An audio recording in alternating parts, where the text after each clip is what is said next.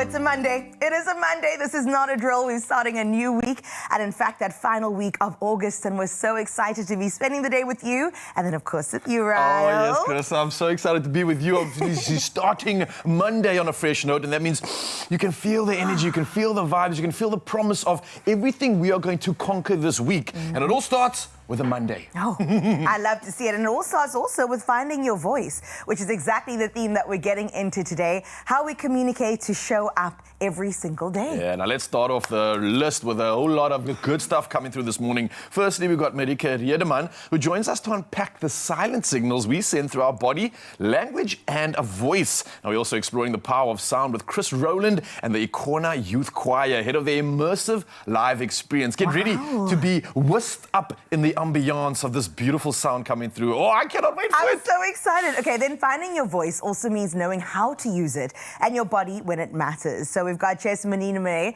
who returns with practical self-defense techniques to help women create space and also set boundaries and stay in control. Yeah, we're in control for the entire morning because obviously we've got a whole lot to look forward to, Mzansi. So what are you waiting for? Grab that coffee if you need to. Brace yourselves because the good stuff's about to begin right now. Myself and Carissa are giving you nothing but bliss this Monday. As promised, you know how we do it. And there's a whole lot of good stuff to look forward to. So yeah, we're going to usher in all that is... Hey, I forgot, there's also something happening in the kitchen, right? Sasha Lizia. Yeah. Sasha's back again. Sasha Small, our favorite chefy. And we're going to definitely get into something delicious. We're making butternut ravioli. Ooh, I love a stuffed pasta. It's always a good idea. A pasta on a Monday? It's not a good idea. It's a brilliant idea. Come on. Monday didn't taste this good unless you tune into your Feel Good Breakfast show, and that's what's about to go down. Nothing but the good stuff, and you get front row seats. Let's go.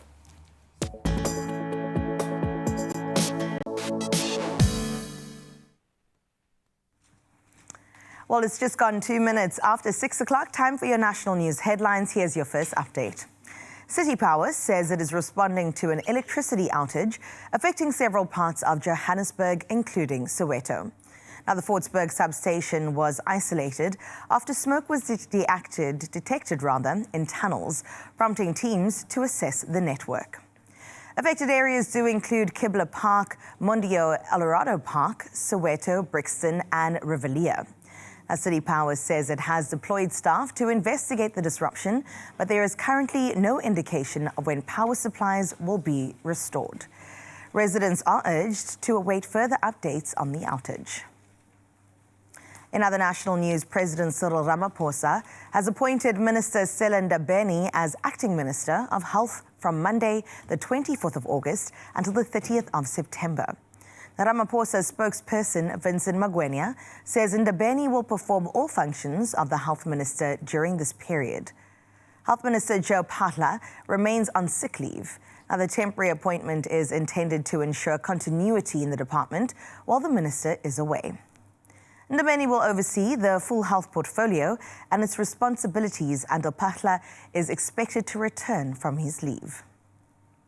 Well, let's take a look at those international headlines, where at least 30 people have died after a mound of rubbish collapsed onto homes at a major waste site in Guinea's capital, Conakry. 22 others were injured, including 6 seriously, after the collapse in Dar es Salaam early Monday following heavy overnight rain. Now, military personnel and emergency teams have been deployed to search for survivors. Excavators are clearing the debris as residents gather nearby. Now, authorities fear the death toll could rise, while Guinea's Prime Minister Mamadou Ariba visited the scene to oversee rescue efforts. While in other news, trade tensions between the United States and Canada have intensified after negotiations collapsed, triggering new 50% U.S. tariffs on a range of Canadian goods. Now, Canadian Prime Minister Mark Carney called the tariffs a, quote, miscalculation, end quote, and said Canada would respond dollar for dollar from the 8th of September. Now, President Donald Trump accused Canada of seeking benefits without becoming a U.S. state and warned it would not win a trade war. Now, the dispute threatens a deeply integrated economic relationship, while both sides accuse each other of making last-minute demands. Now, let's close off on a brighter note with a brightly painted bus that's bringing books, art and storytelling to children in Syrian camps and rural communities affected by years of conflict. Now, the mobile cultural bus launched by Syria's Ministry of Culture with volunteers transforms an old vehicle into a traveling library and a creative space. Children enjoy reading, crafts, games and puppet shows, offering a return to their childhood. Now, the project has reached thousands of children across dozens of communities, providing access to culture, imagination and hope where opportunities, of course, remain. Well, it's great to see our futures taken care of, especially out in Syria. That's where we leave your 6 o'clock news. Let's get the sporting highlights ahead of, or at least at the end of, a really exciting weekend.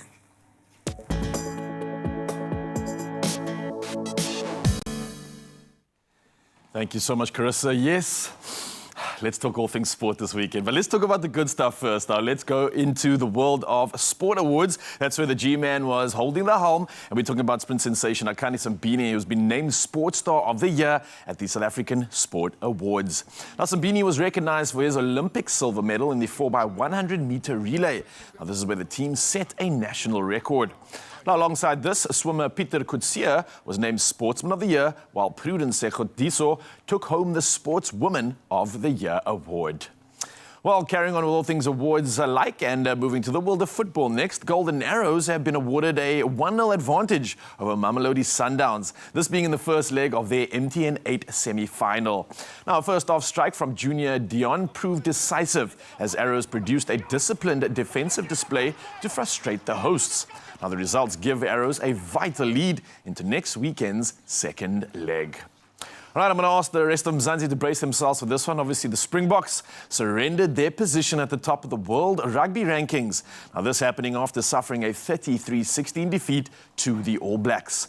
Now, the loss ends the Springboks' 21-month reign at the summit, with New Zealand reclaiming the world #1 spot ahead of next week's second test in Cape Town. Well, moving to motorsport news next, Lando Norris converted pole into a second straight F1 victory at the Dutch Grand Prix. Now, after losing the lead to Kimi Antonelli on a restart, Norris retook first on lap 54 and pulled away to win by more than 11 seconds. Now, all this happening with Antonelli and George Russell completing the podium. Well, listen, we're going to chat about sport in just a bit. I see Ryan has just entered the building to talk ruggers, so brace yourself for that. But for now, though, we still got to find out what to wear out in South Africa. And don't worry, bet your bottom dollar, Carissa's got the latest.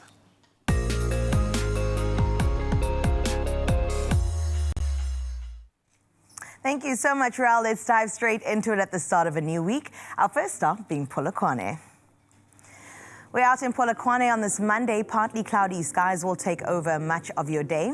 Temperatures start at a chilly low of 8, but don't worry, it rises to a warmer 26. Now, tomorrow will be spent under bright sunny conditions, with temperatures ranging between 9 and hitting that high for the week at 29 degrees.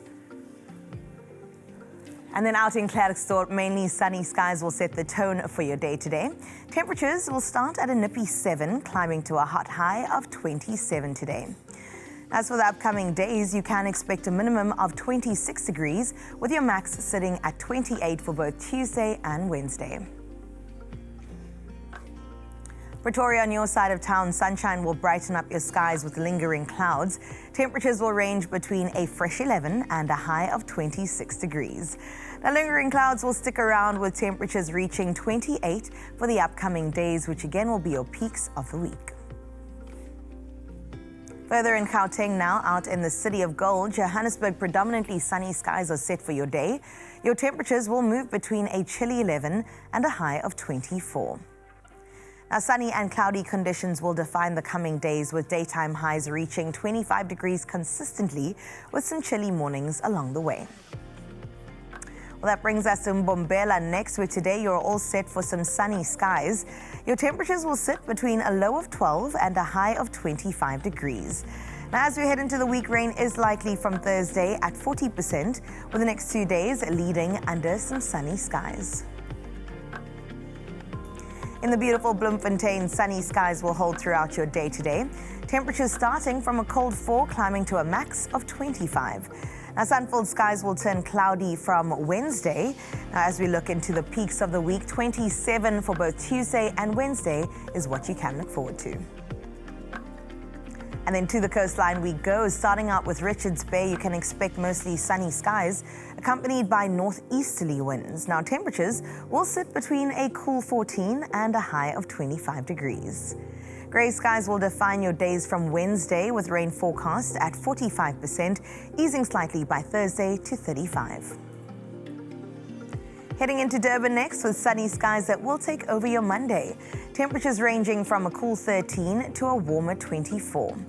Now, sunny skies will continue until tomorrow, where cloud cover will increase gradually, with rain also on the cards by midweek. A 50% chance is waiting for you. Out in Mthatha, sun-filled conditions will dominate your skies today. A bit of a chilly start of 8 degrees, but then that does rise to a high of 27. Now, sunny skies are set for tomorrow, with temperatures moving between a chilly 10 and a warm 24 degrees. In Uba, skies will remain sunny throughout your day on your side of town. Temperatures ranging from a cold 5 to a high of 28 degrees. Now, looking at your week temperatures, they will max on Friday at 31 degrees, with your minimum still sitting below 10. We move to Kugompo City. Jump on in for a mostly sun-filled day that lies ahead for you. Temperatures will start at 11 and then double up nicely to 22 degrees. As we head into the week, expect cloud cover to build from tomorrow, with rain forecast for midweek. It is sitting at 45%, decreasing to 20% by Thursday. Ebeja, out in GQ, mostly sunny skies will feature across the city today. Temperatures starting from a brisk 10 and rising to a high of 21. Now, going into the new week, grey skies will define your days with cool to pleasant temperatures.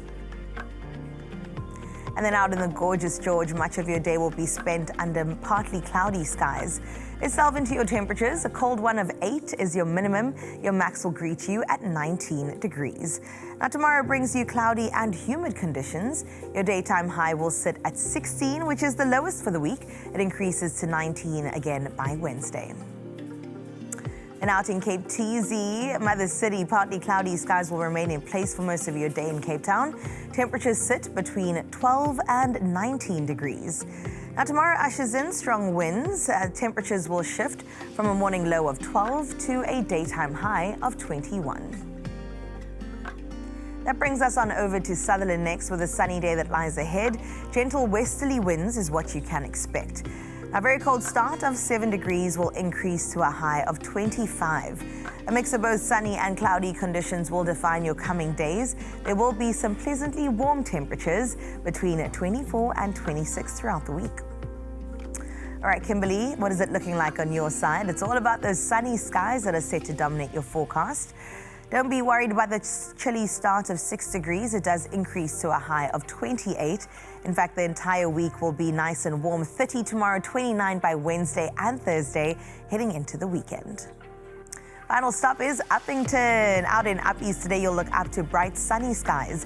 Your temperatures will range between a nippy 6 and a high of 31 degrees. Now, sun-filled skies will take over your day tomorrow, with temperatures maxing consistently at 33 degrees from Tuesday through to Thursday.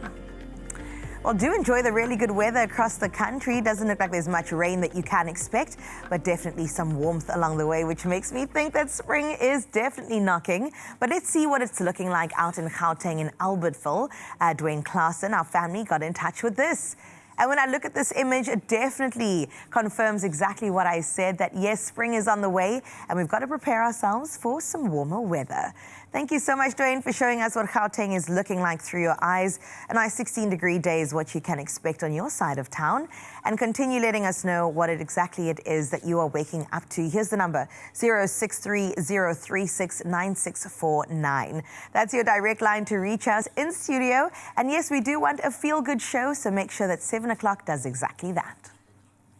Oh, yeah, we're going to feel really good right now because we're going to recap on a lot of the weekend. Not the sport, not the ruggers just yet. Your Ryan Grant is standing by for that. We thought we'd just touch base on the weekend. Obviously, it was a beautiful one, and I want to know more about the beautiful things that happened, especially with Karis. A beautiful weekend It was indeed. a beautiful Celebrating weekend. life. Oh my gosh, Yeah? literally celebrating life, not only my life, but the life of my baby that's on the way. I am so excited because the stress leading up to this was definitely worth everything that had happened at the end of the day. The theme was baby in bloom, Yeah. because baby's in bloom. And it was just a really lovely celebration. I came into this year saying community is my word of the year, and it was just really beautiful to see my community show up. In fact, that's my sister-in-law. We are a Whoa. month apart in terms of our births. So Whoa, she's synergy. rolling into the room in about 2 to 3 weeks, and then I'm going to be soon Oh, I after love that. your dress. I love the colors. Yeah, it was all like floral, gardeny, you know. This is an event, It was an event. It was a proper Wow. event, and it was so cute.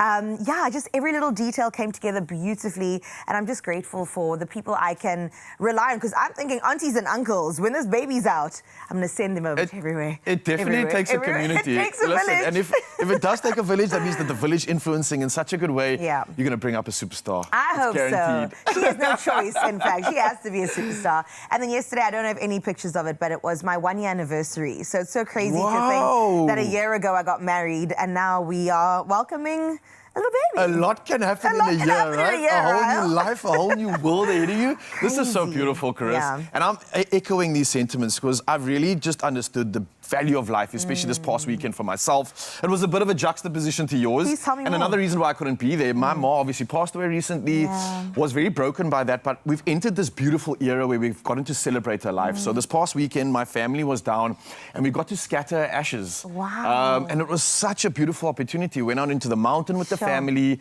had a really intimate moment, and it was just beautiful. I can't say anything more about it. This is one of the spots that we were at. Whereabout is this? I can't really say because I don't know if it's actually legal to throw ashes out in the Oh, mountain. okay. So I'm just going to leave it at that, just in case someone comes for us. Was it significant to you or your mom to be Absolutely. there? So my mom would always say that in the place that she stayed, she Yeah. could always see Table Mountain. And she would always talk about, hey, look at my view, look at my view. And my cousins and a lot of us always loved the mountain and we'd share our memories in the mountain. Yeah. So it was such a cool opportunity to bring her out there. And then I took it a step further and just went for like a solo actual hike with the hike. dogs in the mountain, watched the sunrise and kind of just commemorated that. Of course. It was beautiful, guys. It was like seeing my mom on that horizon when the sun rises. You know, and I was thinking about you as well, because I knew you had your weekend, and I was thinking how death makes way for life, and how we have this balance, and how beautiful life actually is. Yeah. It just reminded me of the fragility of life. That's right. How important it is, and how much we must celebrate it. Be present in the moments that we Yeah. are blessed with every day. Don't wait for Friday. Yeah. Don't worry about what's happening next week. Every now day is a celebration. now is the present, so Yeah. celebrate it. And I think what you did this weekend is exactly that. The sentiment of these moments that you can celebrate in the future with your family. Look forward to that. All right. Oh, and everybody out there, Mzansi, look forward to the moments you have right now. Let's celebrate it, because Yeah. this is what I was reminded of. Had a beautiful moment on Saturday with the cousins before everybody left to Yeah. UK, Canada, Australia, They all came America, down you for name it. your And ma. that's the last of the family that was here. Wow. Oh, emotional and beautiful. And we actually made a promise, because Ma was the reason why we always got Gathered. together. Now we have to be the reason. Yeah. And I think this is something I want to echo to you and your family. Don't wait for something special. Just do it because you can. Oh my God, I'm taking that and I'm running with that, because Yeah. I agree with you entirely, and thank you for that perspective. I think you're absolutely right. There's a time for everything, a time for death, a time for life. And we celebrate the life of your ma as well. A beautiful way to send her off, so thank you Yes. for honoring her in that type of 96 way. years, huh? 96 Come on now, years. what an Ah, Ma what lived. innings. Ma lived a life. Shout out to you, Ma, and I know that she's still with us today. Absolutely. Now, listen, we're not just going to be celebrating all things life, because there's something we have to talk about. That's the weekend. Oh, And I do see we Ryan have is standing to? by. He's got this frown on his face. He's like, do I have to come here? We have to talk about it, Mzansi. But listen, it's not all doom and gloom, because we've got something on the weekend to look forward to. That's round 2 of the greatest rivalry ever. But let's chat about this weekend. Ryan Grant is here. And yes, we took a L, but there's lots to look forward to. We'll see you now. Only you can make my day.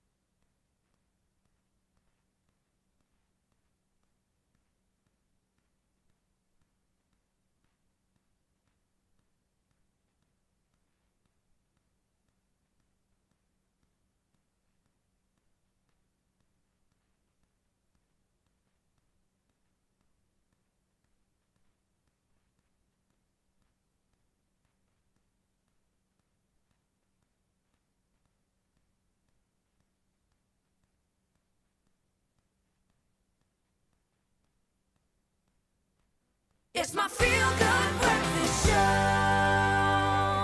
Your feel-good breakfast show, Expresso, right here on S3. And we've got a question we want to get kick-started today because, listen, in the kitchen, we are cooking something good looking. And we're so excited to find out from your side, what is one dish someone in your family makes that is completely unmatched? You can go to your parents, your auntie, maybe it's you. You know the one I'm talking about. Nobody else makes it quite like they do. I immediately think about Mama Joy and her pumpkin fritters. Oh my goodness. And then also Auntie Marlene and her lamb curry. In fact, we've made it on the show before with Sasha, and she comes into our kitchen today with somebody very, very special. And I can't wait to see what exactly they have. Her sister's here. Last week we got to meet her son, and now the whole family is coming on through. So her sis and her are definitely going to cook up something delicious. But let us know on our WhatsApp line. Here's that number again, 063 036 9649. Otherwise, drop a picture. Let us know at Expresso Show on Facebook and on Instagram. But now those smiles maybe are going to be wiped off our faces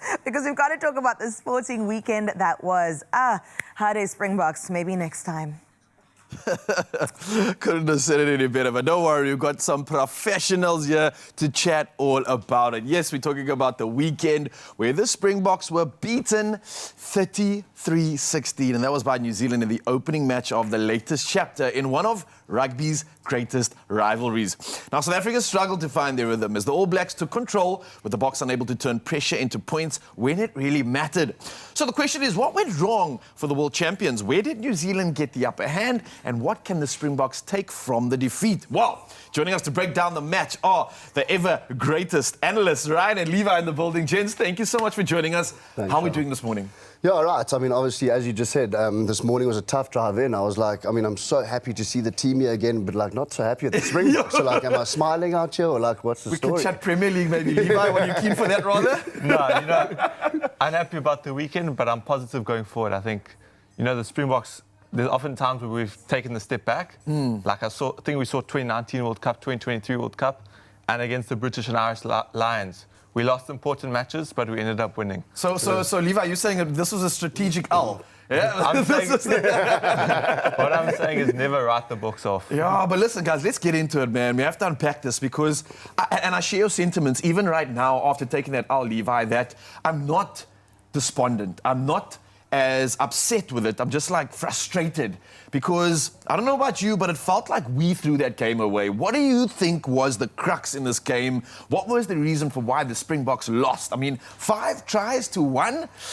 Ryan, I'll hear from you first, No, man. for sure. I mean, like you said, statistically, in the first 55 minutes, the dominance that South Africa's shown in every set piece from line out to scrum time, it was just unbelievable. Obviously, we see it every time the green and gold jersey gets put on. But I mean, against the All Black side of that power, to see that scrum dominance, and then the problem was obviously not converting those opportunities into points, which we forgot was the main thing at the end of the day. And then that's what New Zealand did so well. I mean, getting into our 22-metre area 6 times, converting it every 6 times and scoring 5 tries and a 3-pointer in between. But honestly, that was the difference. Like, they were converting their opportunities and we were just almost focusing too much on dominating the scrum than getting over the Playing a different game, right? You feel the same way, yeah? Yeah, I think like Ryan said, the Springboks were almost playing with their food. I think we had physical dominance, but there were often times we could have taken points where we just wanted to dominate and dominate and dominate, and it ended up going against us. And I almost feel like that moment was kind of epitomized when Malcolm Marx, who usually is like an absolute dominating professional when it comes to dotting that ball over any sort of play, he somehow dropped the ball, and it was like, oh, this is unusual, but it's fine. That was incredible by Geordie Barrett, though. Yeah, getting that tap down. But I almost feel like that represented what became that slow demise. It was frustration for me that I felt, even when we were dominating that scrum. I don't know if you felt like, hey, it's fine. From that first half, we showed signs of that dominance. We showed signs of this is going to be a walkover, but we didn't seem to capitalize on it. Levi, what was the reason for us not maybe being able to cross over that finish line? What prevented us in getting the points on the board? I think, like I said, it's just a bit of overconfidence. I mean, we were dominating that physical battle, and I think the major turning point was we were on New Zealand's 5-metre line. There was scrum, penalty, we chose a scrum again. Penalty, I think we chose a scrum another time. And we lost it, New Zealand won the scrum penalty. And I think that immediately put us on the back foot and allowed New Zealand to just shift momentum completely. And that was also at a point where we could have equalised and actually gone a point ahead. Correct. But instead we were going for glory. Correct. It seemed like we wanted to, Ryan, you're right, we wanted to make a statement. We're playing a different game to the points. And I want to talk about Cheslin, Colby. Hey, man, the guy's kicking game came through. Unbelievable. And I also felt like he was a big component to that sort of crumble when he was sent off. Well, wasn't sent off, obviously went off with an injury. We had to do a lot of replacements. But what do you make of the man's performance, yeah? Yeah, no, I thought he was amazing. Again, obviously individually, I thought Cheslin and Damien Willemse under the high ball was absolutely impeccable once again. But obviously, we missed our leader out there, I'll be very honest. Peter Steph's an incredible man, incredible leader, but we need that seer that obviously talks to the ref and says, please look out for that Luke Jacobson clearing the man from the side. So like we really miss seer out there, and like really, I think it's quite evident to see that like we need also a general on the field with a calm head and mature head. And it seemed like that, especially the backline play, was very sporadic. We were going for nothing close to the basics. We weren't focusing on the thing we were good at. We were trying to do all these fancy, flary moves. Levi, I don't know about you, but I was hoping for more from someone like Sasha Feinberg and Gomazule as an example. A lot of pressure on him coming into this game. I don't know what you made of his performance as well. Did it meet your expectations? I mean, honestly speaking, I thought it was quite mediocre. Yeah. Like you said, it was way too many fancy things where had we just locked in and done the basics, that's the game we enjoy. We enjoy the physical game, just not run it forward, nothing fancy. And yeah, had we done that, I think it would have been a different outcome. Yeah, absolutely, man. I think we really need to go back to the basics. And as we look ahead to Cape Town, obviously this weekend, points to prove now, especially as we've lost that world #1 ranking. Do you think that this is perfect timing? I know you alluded to it earlier, Levi. I don't know. I think it was definitely needed. Let's put it like that. I think Springboks and Springbok supporters, we always think, oh, easy win, easy win, easy win.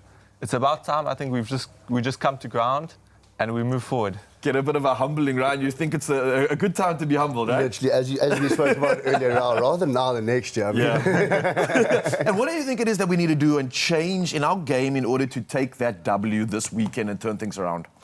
I'm like leaning towards a little bit more of like Pollard rugby, sticking towards the old Springbok rugby. Obviously, once we have the game in the bag with 20 minutes to play at 10, then we can play around. Put Mani on. Let Mani flare out there. That's what he does, and that's what he does best in those positions.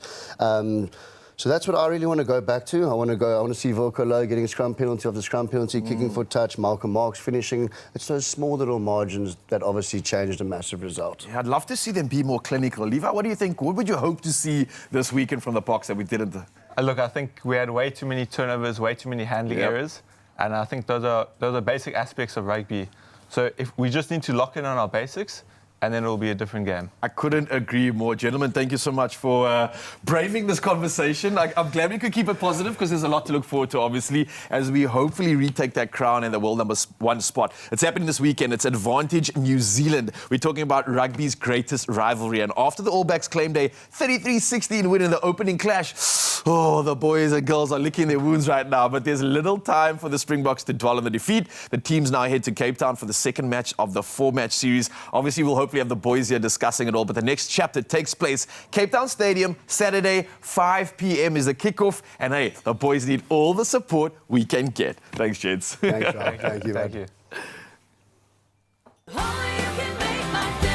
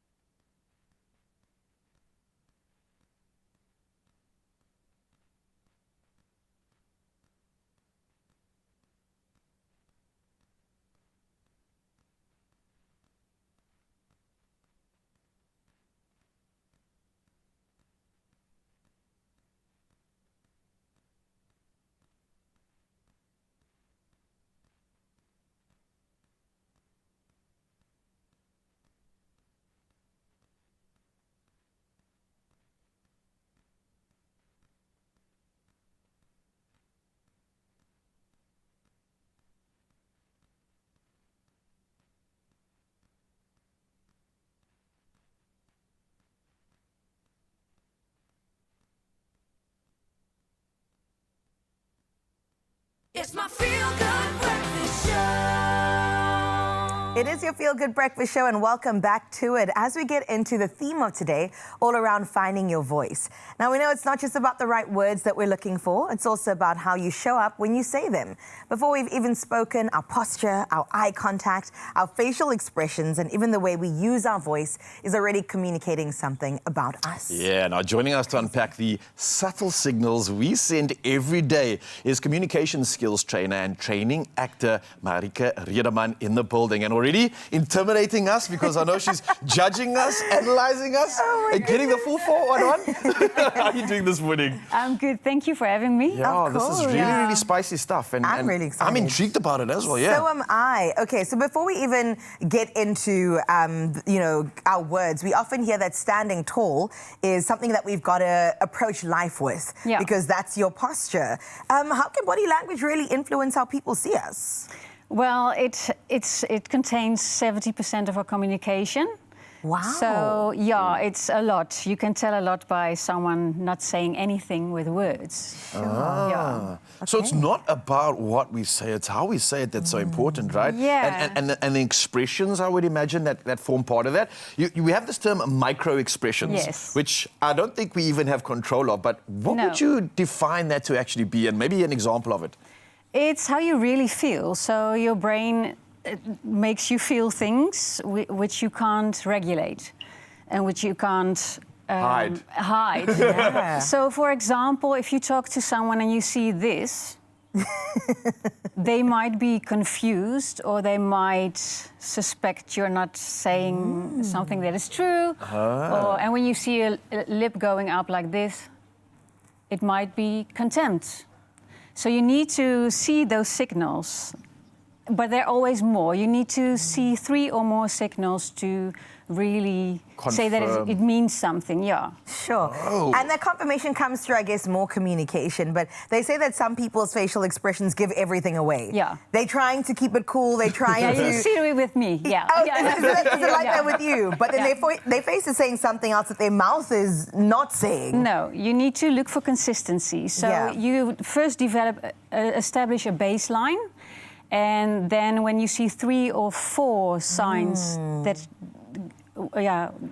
that will change, then you pay attention. Okay. Yeah. So there's expressions, but then there's also the voice itself, right? Yes. Now, how does that determine what the truth is? I mean, you can base it on tone. Can you base it on the way something's said? What are those expressions in the voice that kind of give more emotion away than what's being said? Yeah, if a voice is high-pitched, there might be some insecurities or more emotion, but you can't tell if someone is lying. You only can establish comfort or discomfort, really. Based on that tone of like how they're expressing? No, it's more than just that. Okay. I can tell someone is more confident by listening to their tone. If it's more slow-paced or lower, differs in tone, then they speak clearly. Then they might be more confident than someone who's talking like this and panicked. Yeah. Okay, Yeah. I've seen both ends of that correlates, yeah. spectrum. Yes. And now it's becoming more clear. But when it comes to nerves, I mean, we all get to experience that or anxiety. Yes. What does that really say, and how can we gain control within those moments? I mean, I think about us, Raul, when we step onto stage and we can't even catch our breath, or how do we gain control in situations like that? I always tell students to watch your breathing. So breathe in, breathe out, plant your feet in the ground and just pause for a second. Yeah. I like this conversation that you get from a body language and a feeling, asserting or understanding confidence. And I know that there's always these things where it's like your foot's pointing in a certain way, you're crossing your legs. What are the actual sort of body language sort of signs that you could share that present confidence or maybe don't present confidence? Do you have anything that you, like tells? Yes, if someone is insecure, they will hide. So you get barriers like this. If I'm doing this, I'm creating a barrier towards you. Oh, you're like it might closer? be my Yes. baseline, the way I'm sitting all the time, because I do cross my legs. But if I change it and I'm like this, Facing away. I'm not interested in talking to you, really. But if I do like this and I'm open, then we can establish a connection and then we can talk to each other. Oh, I'm just thinking of the spaces and the moments that this is so important. Yeah. A Yes. pitch, a conversation with your boss. Absolutely. A potential lover. Yes. You know what I mean? It's just important to Yes. read the room, I guess, Yes. and read the body language. Yeah, and the body language has to be consistent Yeah. with the room. So, Yes. yeah. I love that. I remember back in the day in magazines, they would take photos of celeb couples and exactly analyze their body language and be like, they're not really in love. Oh, yeah? Because Yeah. they'd be so closed off and facing away from each other. And I thought, oh, Yeah. nonsense. But there may be truth behind this. Yes. Oh, my Yes. gosh. Okay, so we need to be more cognizant about how we're sitting as well. But I love the fact that we can build habits over time. Yes. So, Yes. like you said, to be more open, perhaps, Yeah. that expresses confidence. Yeah, and show your vulnerability because this part Oh. is showing your vulnerability. If I'm like this and listening to you, I'm being vulnerable. But if I want to be more confident and we have a difficult conversation, I will be more straight and tell you, you're fired. Or yeah. So, Please don't fire no, me. I can't. So to show the polarity of that, if I wanted to invite someone in and allow them to, like, let's say, keep their guard down and be more recipient to what I'm having to say, Yes. I could actually focus on my body language to make it more open. Almost Yeah. like You I shouldn't be starting the conversation with my arms folded. No. I should be more open. Yes. Oh my They also word. mirror behavior. Yes. Yeah. Yes. Hey. It's very human. It is Yeah. very I'm paying human attention to do everyone in the that. studio, like, hey, why are you so angry? No, Marika, I know earlier on we were joking about the fact that you were judging Ryle, but No, I'm not you're not judging him. But you have been paying attention to maybe the way Yeah. that he or we talk and present ourselves. So is there anything that you've picked up? Yeah, nonverbal communication is not about judging. It's Yeah. like seeing signs and then pay attention when something shifts. Yeah. So what I saw is that your baseline is one leg over the other. You're holding the chair and your neck is slightly tilted. So you listen, a very good listening Okay. posture. And that's what I saw. And you're very animated when you talk. Oh, I'm here for it. Nailed it. But that's a judgment already. But you use your hands in an animated way. Yes. To communicate okay. above what you're just Yes. saying. Is this something like good for guests on this couch? Does this make them feel more comfortable? Is there anything Definitely. I could do That's a good better, maybe? question.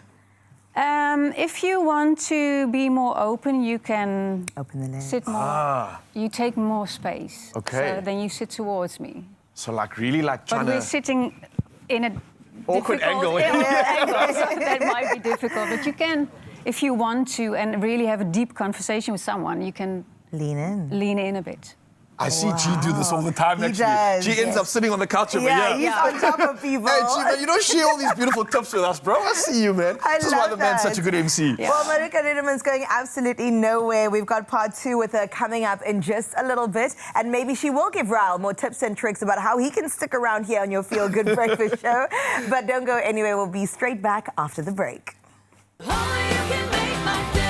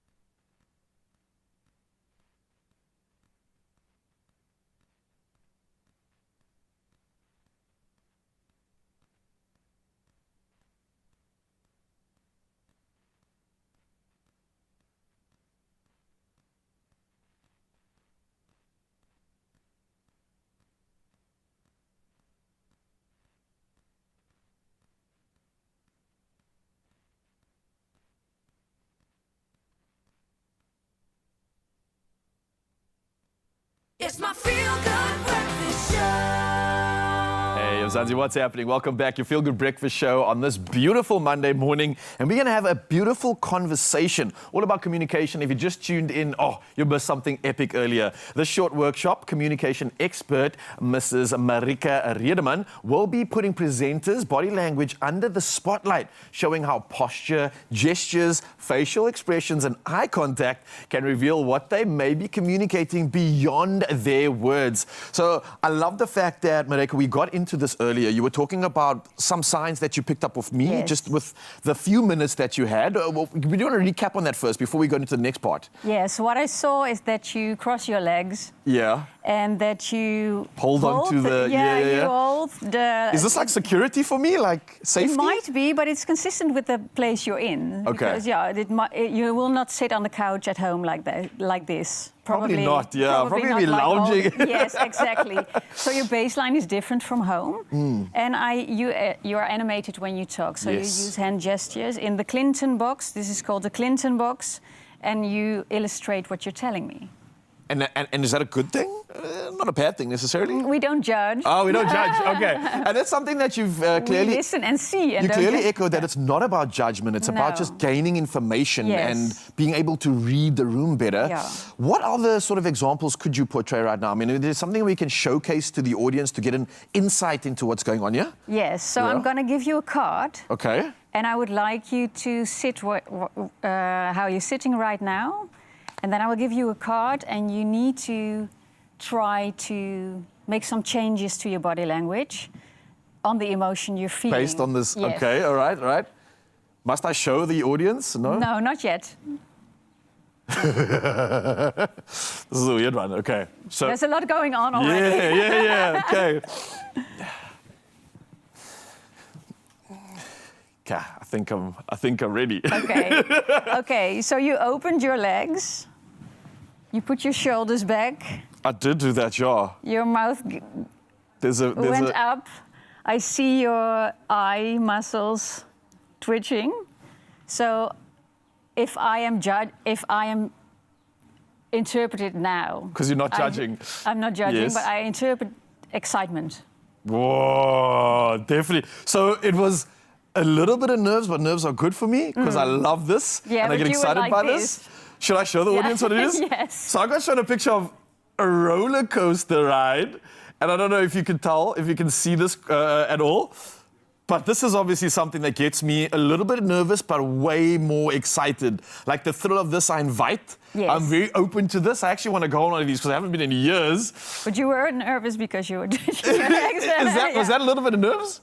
It might be some Okay. stress-related signs, Okay. yes. And I didn't do it intentionally, but you mentioned obviously me opening up my Yes. legs. Is that me being open to the experience? Yeah, it might be. Or is it, Yes. I'm not like closed off to it because otherwise I'd be sitting a little bit more like folded Yes, and exactly, hunched. exactly. Ah, Depends on the context, so This yeah. is so cool. I absolutely love this. You obviously Thank don't have you. another card, but I would imagine any emotion you can sort of analyze based on all these little tells.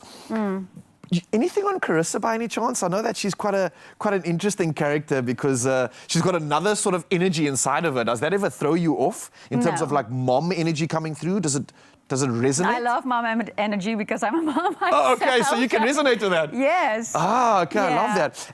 And I want to know in terms of how much of this should we be practicing ourselves in terms of the way we're communicating, the way we're going about daily life. I think 95 to 99% of people are just completely oblivious to this. They might be Yes. feeling it, but they Yes. might not be aware of it. Is it important for us to actually maybe adopt some of this in our own system? Yes, I think you need to be aware of how you communicate and convey yourself. And you can practice at home, really. So if you watch reality TV with the sound off, you pick up a lot in like 20 yeah. seconds. And seeing those characters, I've also got one other question that just came up to mind. I've got like a lot of people in my family, and they sit down, and whenever, I don't know what's happening, but at some point their hands will be interlocked, and they do this. Yes. And they start twirling their fingers. And I Yes. know a lot of people out there have different sort of fidgety Yes. moves, or what is this all about? I haven't adopted it yet, part of the family, but I see all my uncles, I see like my gran used to do it as well.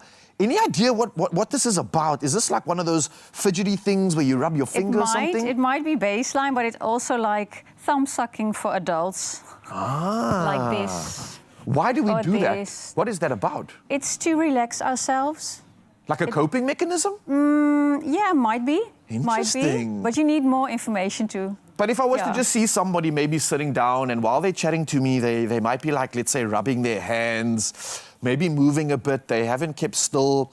What should I read into a situation like that? Is this person comfortable around me? Should I maybe like not press as much in that situation? What would you get from that? It depends on a lot more than just rubbing your hands, because it might be they're going to tell you something very juicy. I don't know. Oh, like I got some skinner Or for you. I have a very nasty plan for you. It might be that, but it depends on the context and the conversation you have. Oh, okay. I think maybe the final question for me would be about finding your voice, because it can sometimes feel like we need to become different, we need to No. become more confident, or we need to try and create a different version of ourselves. Yeah. Is that necessary when it comes to finding that inner you? And how do we maybe use some of these tools to constructively find our voice, if that even is the case? Yeah, I think if you know yourself better, do some introspection, and you just be your authentic self, because it will bring you further than, impressing someone. Easier said than done, though, right?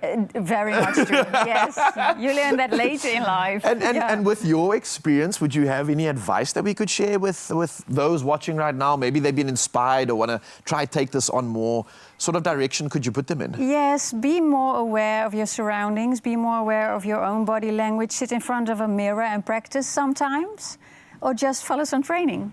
I love that. Well, I'm going to go from this to this. Unless you're cold. It's so cold. And so thank you so much for being here this morning. Thank you for Definitely having been me. educated, but I think also inspired in terms of the levels of communication and Yes. how we can better understand our world. So, Marika, thank you. Hopefully Thank you can be you. back to impart more skills of wisdom with Yes, us. that would And be hopefully you nice. start paying more attention out there. Read the room, Zanzi. Read the room.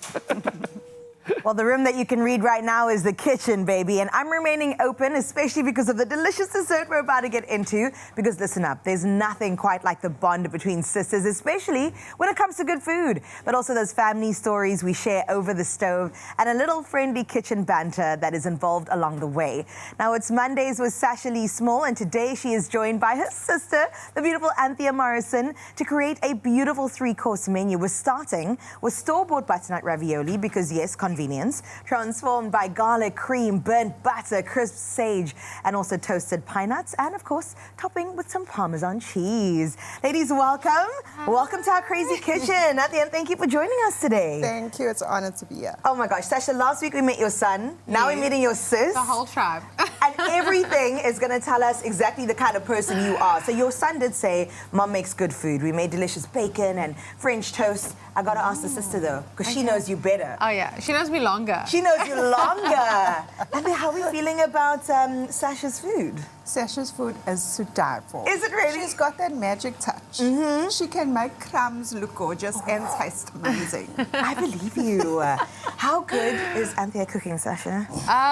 Not the laugh. On the way here, I literally said, can we just be honest with the people? I can flambe. She flambés. That's a speciality. Yes, not boiled eggs though. You don't flambe those ones, but okay, we You learn. know, somebody had to take the cooking gene. All of us can't be great. you. So are you a good sous chef? Do you like passing things, cutting things? I like doing the dishes. I like that. And eating. Yes. Girl, I'm going to meet you there. I'm going to meet you there. Okay, Sash, so what are we cooking today? Okay, so today we're just making a little burnt butter that will go on top of our amazing butternut ravioli. Store-bought is okay. Yeah. We can make them from scratch, just obviously for time.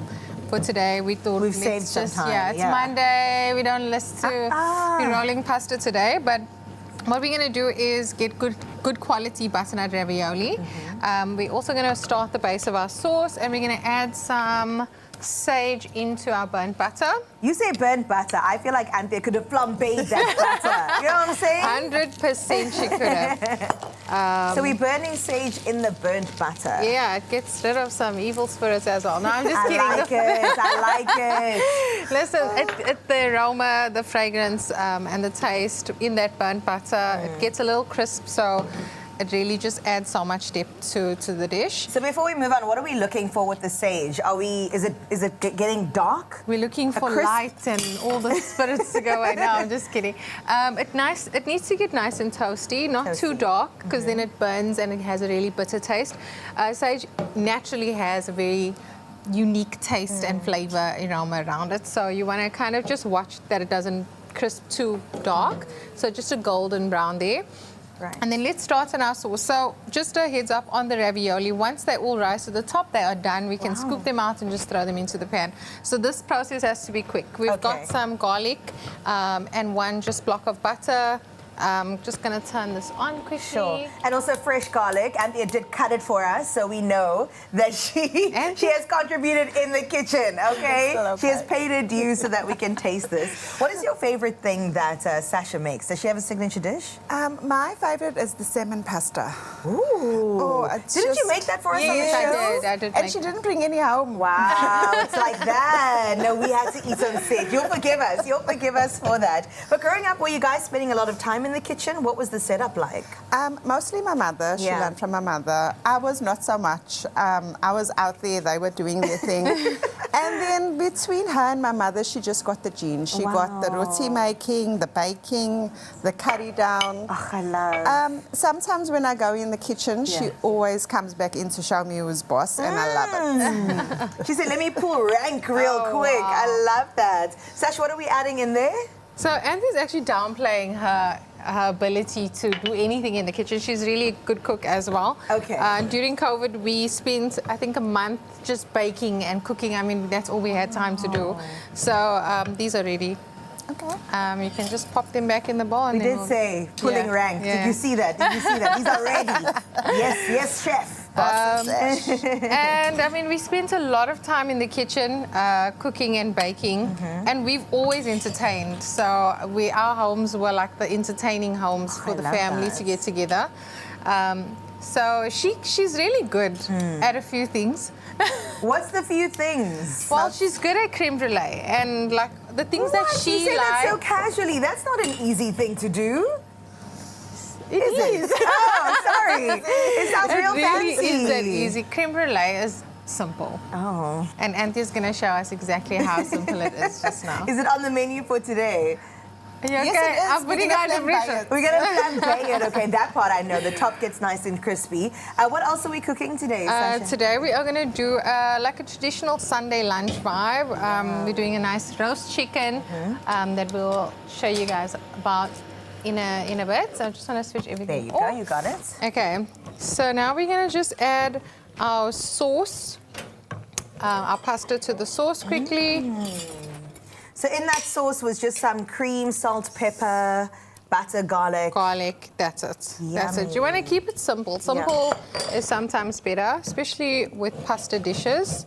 You kind of want to make sure you're using good quality everything. Good quality cream, good quality butter, and those things will elevate the dish naturally. Absolutely. So do we want it to be like immersed in the sauce? Yeah, you kind of want that pasta to cook a little through in the sauce, and then we're going to plate. Are you ready? Yes, please. I've been waiting. Let's plate this up.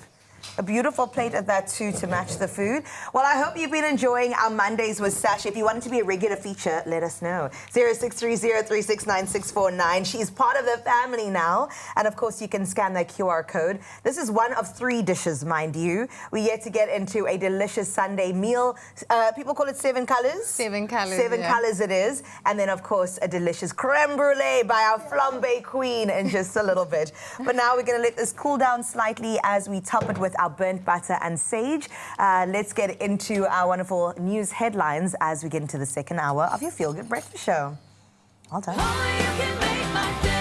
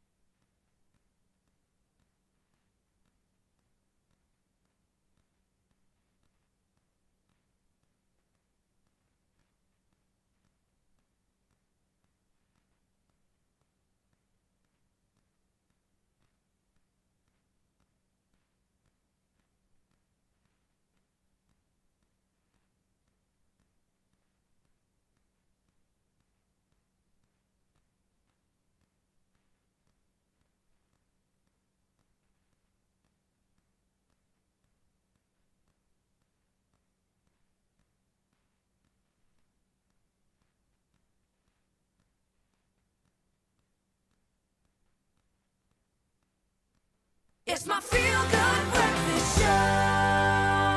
Hey, welcome back, you beautiful people. It's your Feel Good Breakfast show opening up on this incredible Monday, and it's just about to go in the hour, which means perfect timing for official duties.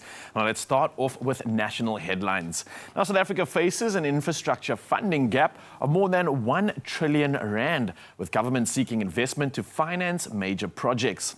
Now, Infrastructure South Africa says a further 1.6 trillion rand is needed beyond 1.1 trillion already allocated for capital projects. Now, the Sustainable Infrastructure Development Symposium in Cape Town is bringing together government, investors and industry experts to unlock this funding. Now, discussions are focusing on municipal infrastructure, including water, electricity distribution, roads and waste, while strengthening partnerships to improve project delivery across the country. Well, next up, City Power says it is responding to an electricity outage affecting several parts of Johannesburg, this also including Soweto. Now, the Fordsburg substation was isolated after smoke was detected in tunnels, prompting teams to assess the network. Now, affected areas include Kibble Park, Mondior, Eldorado Park, Soweto, Brixton and Rivoli.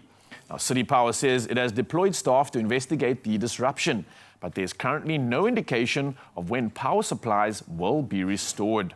Now, residents are urged to await further updates on the outages.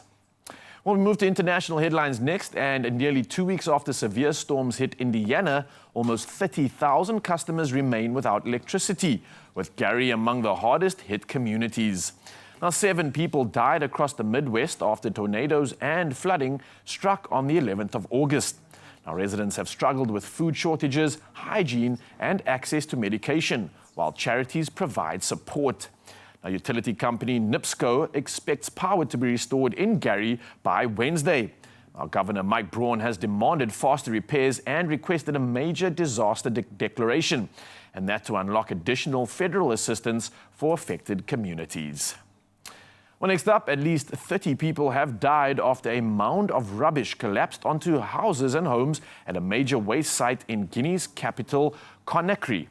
Now, 22 others were injured, including 6 seriously, after the collapse in Dar es Salaam early Monday following heavy overnight rain. Now, military personnel and emergency teams had been deployed to search for survivors. And excavators are clearing the debris as residents gather nearby. Authorities fear the death toll could rise while Guinea's Prime Minister Mamadou Oriba visited the scene to oversee rescue efforts. Well, next up, marine scientists have uncovered a remarkable secret inside the narwhal's famous tusk. Now, using advanced three-dimensional X-ray technology, an international research team discovered that the tooth contains 2 opposing spiral structures. Now, the double spiral appears to strengthen the tusk and may help in withstanding significant force. Now, researchers believe the structure could inspire new materials for construction and medicine. Now, because narwhals can live for decades, their tusks may also preserve clues about changing environmental conditions in the Arctic, offering valuable scientific insight. Well, that's a roundup of this edition of all the news headlines, but we dive into sport next. And yes, we've got to brace ourselves for all the weekend's action.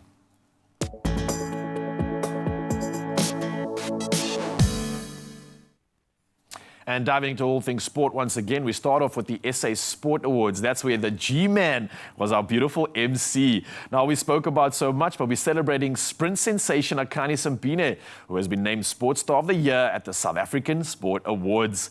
Now, Simbine was recognized for his Olympic silver medal in the 4x100 meter relay, where the team set a national record. Now, on top of this, swimmer Peter Kutsia was named Sportsman of the Year, while Prudence Sekodiso took home the Sportswoman of the Year award. Well, we move to football next, and it looks like the Golden Arrows have taken a 1-0 advantage over Mamelodi Sundowns, and this in the first leg of their MTN 8 semi-final. Now, a first-half strike from junior Dion proved decisive as Arrows produced a disciplined defensive display to frustrate the hosts. Now, the result gives Arrows a vital lead heading into next weekend's second leg. Well, we have to talk about it. Obviously, the Springboks surrendered their position at the top of the World Rugby rankings after suffering a 33-16 defeat to the All Blacks. Now, the loss ends the Springboks' 21-month reign at the summit, with New Zealand reclaiming the world #1 spot ahead of next week's second test taking place in Cape Town. Well, rounding off this edition of All Things Sport, we move to the world of motorsport, and Lando Norris converted pole, and that was to go into the second straight F1 victory at the Dutch Grand Prix. Now, after losing the lead to Kimi Antonelli on the restart, Norris retook first on lap 54 and pulled away to win by more than 11 seconds. We also had Antonelli and George Russell completing the podium. Well, from sport, we move to traffic next, and Carissa's got the latest to see how we can get you out on the roads safely.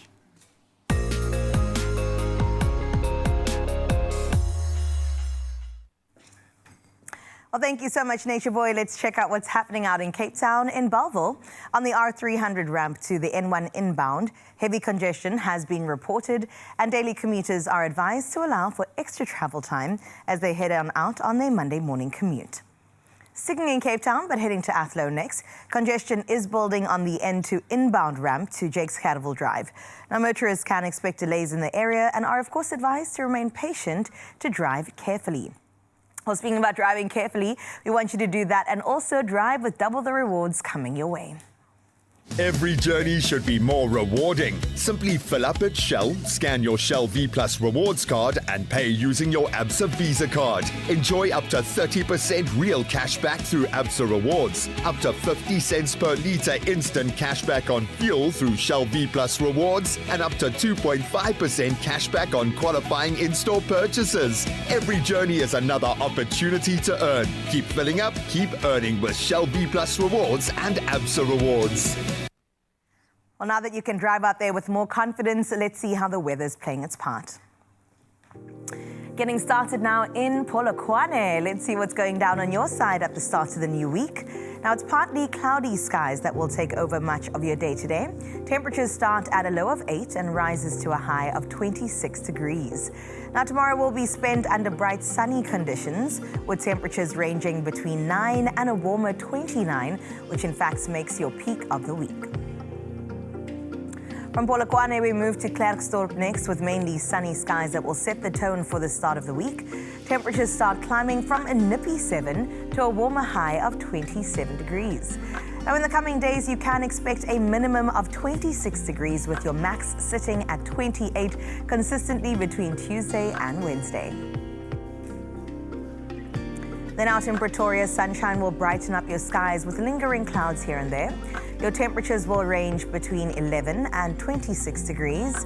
But as we take a look at the week ahead, lingering clouds will stick around, with temperatures peaking at 28 degrees on both Tuesday and Wednesday. Into Johannesburg we go. In the City of Gold, predominantly sunny skies are set for your day today. Temperatures will move between a more chilly 11 to a warmer high of 24 degrees. Now, both sunny and cloudy conditions will define the upcoming days, with daytime highs reaching 25 degrees consistently, with some chilly mornings to be expected. And then out in Mbombela today, you're all set for some sunny skies. Temperatures will sit between a low of 12 and a high of 25 degrees. As we head into the week, rain is likely from Thursday, sitting at a chance of 40% that eases slightly by Friday to 30. In the beautiful Bloemfontein, sunny skies will hold throughout your day today. As for your temperatures, it will start from a cold 4, climbing to a max of 25. Now, sun-filled skies will turn cloudy from Wednesday, with the week's daytime highs maxing at 27 degrees. To the coastline we go next. Richards Bay is our first stop, where you can expect mostly sunny skies accompanied by northeasterly winds. Your temperatures, well, they'll sit between a cool 14 and a high of 25 degrees. Now, grey skies will define your days from Wednesday, with rain forecast at 45%. That does ease slightly by Thursday to 35. And then out in Durban, sunny skies will take over your Monday. Temperatures ranging from a cool 13 to a warm high of 24. Now, sunny skies will continue until tomorrow, where cloud cover gradually increases. Rain is also on the cards come midweek, sitting at a chance of 50%. That brings us over to Mthatha, with sun-filled conditions that will dominate your skies today. Your temperatures, well, they'll start from a brisk 8 degrees before rising to a high of 27. Now, sunny skies are set for tomorrow, with temperatures moving between 10 and 24 degrees. By midweek, the rain makes an appearance. And then out in Uba, skies will remain sunny throughout your day today. Temperatures will range from a cold 5 to a high of 28 degrees. Now, looking at your week's temperatures, they max on Friday at 31, with the minimum sitting at 23 degrees as your high on Wednesday. And then out in Kugompo City, a mostly sun-filled day does lie ahead for you. Temperatures will start at 11 and then double up nicely to 22 degrees. As we head into the week, expect cloud cover to build from tomorrow with rain forecast for midweek, sitting at a chance of 45%. All right, GQ, you're up next. Out in Ebeja, mostly sunny skies will feature across your city today. Temperatures starting from a brisk 10 to a high of 21 degrees. As we go into the new week, grey skies will define your days with cool to pleasant temperatures. There will be some rain come Wednesday. Out in the gorgeous George, much of your day will be spent under partly cloudy skies. A chilly start of 8 degrees, 19 is your high that you can anticipate. Now tomorrow brings you cloudy and humid conditions with a daytime high sitting at just 16 degrees. Well, let's stick in the Western Cape, but head to Cape Town next with partly cloudy skies that will remain in place for most of your day. Your temperatures will sit between 12 and 19 degrees. Tomorrow ushers in strong winds and the temperatures will shift from a morning low of 12 to a daytime high of 21. Out in Southies and Sutherland, a sunny day lies ahead with gentle westerly winds. Temperatures will shift between a brisk start of 7 and a high of 25 degrees.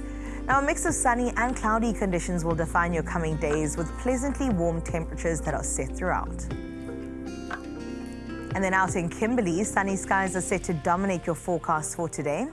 As for your temperatures, another cold start of 6 degrees, but worry not, that warms up to 28. Now, the heat will continue on with temperatures maxing at 30 degrees tomorrow, which is your peak for the week, and then 29 consistently between Wednesday and Thursday. Uppington, our last stop, get on board, where today you'll look up to bright sunny skies. Temperatures will range between a nippy 6 and a hot 31 degrees. Now, sun-filled skies will take over your day tomorrow with temperatures maxing consistently at 33 degrees for the next 3 days. So do make sure you brace yourself with your SPF as we get into it. But now, though, let's check out the sunrise view of this hour. Earlier on, we saw what Joburg looked like. Now, through the eyes of Shannon Newton, Sun City Northwest, stand up. Now, listen, Graham also got to experience this live and exclusive this weekend, and I hope you bumped into him. Shannon, a beautiful morning view, and 30 degrees does await you out in the Northwest. A beautiful way to get started on the second hour of the show. And let us know as we approach the final hour what your morning view is looking like. Here's that number once again on 0630369649. We look forward to seeing what your side of town is about.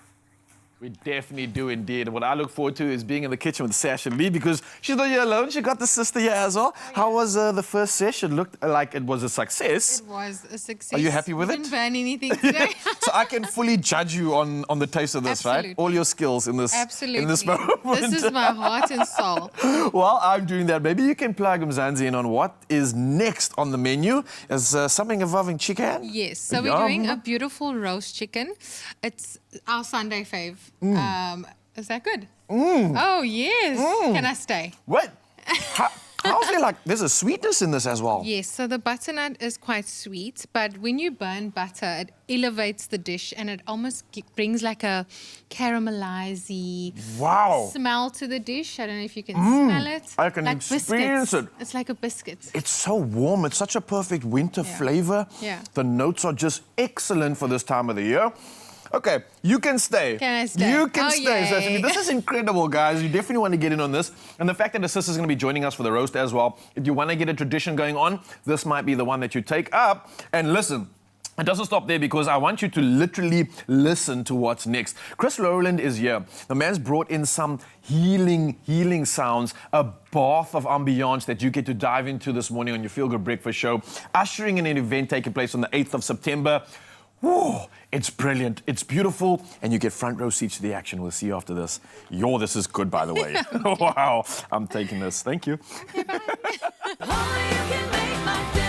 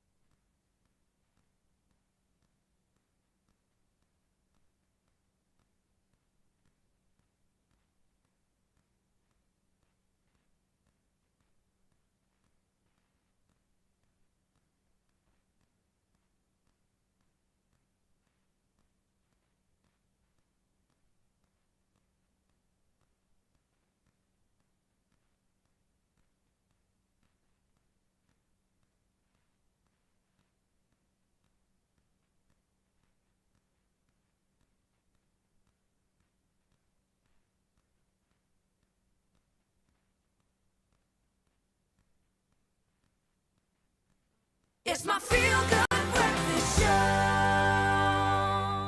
Oh, yes, Mzansi, welcome back to this incredible Monday, right here on your Feel Good Breakfast Show. We are live and we're about to usher in some healing energy. Today, we're exploring the power of finding and using your voice and in every sense of the word that's been going down. We've got our sound healer, Chris Rowland. He's back with Immersion. It's happening on the 8th of September at Cape Town City Hall. And this is where he's going to be bringing a sound bath to almost 1,000 people, something that's never been done before. Oh my gosh, I'm so excited. Okay, the last time Graham and I got to experience this, and we've been holding on to that feeling. Raul, I'm so jealous. You're in for something today. Well, he's also joined by 21 young vocalists from Khayelitsha's Ikono Youth Choir, who are stepping into the world of vocal toning and immersive sound for the first time.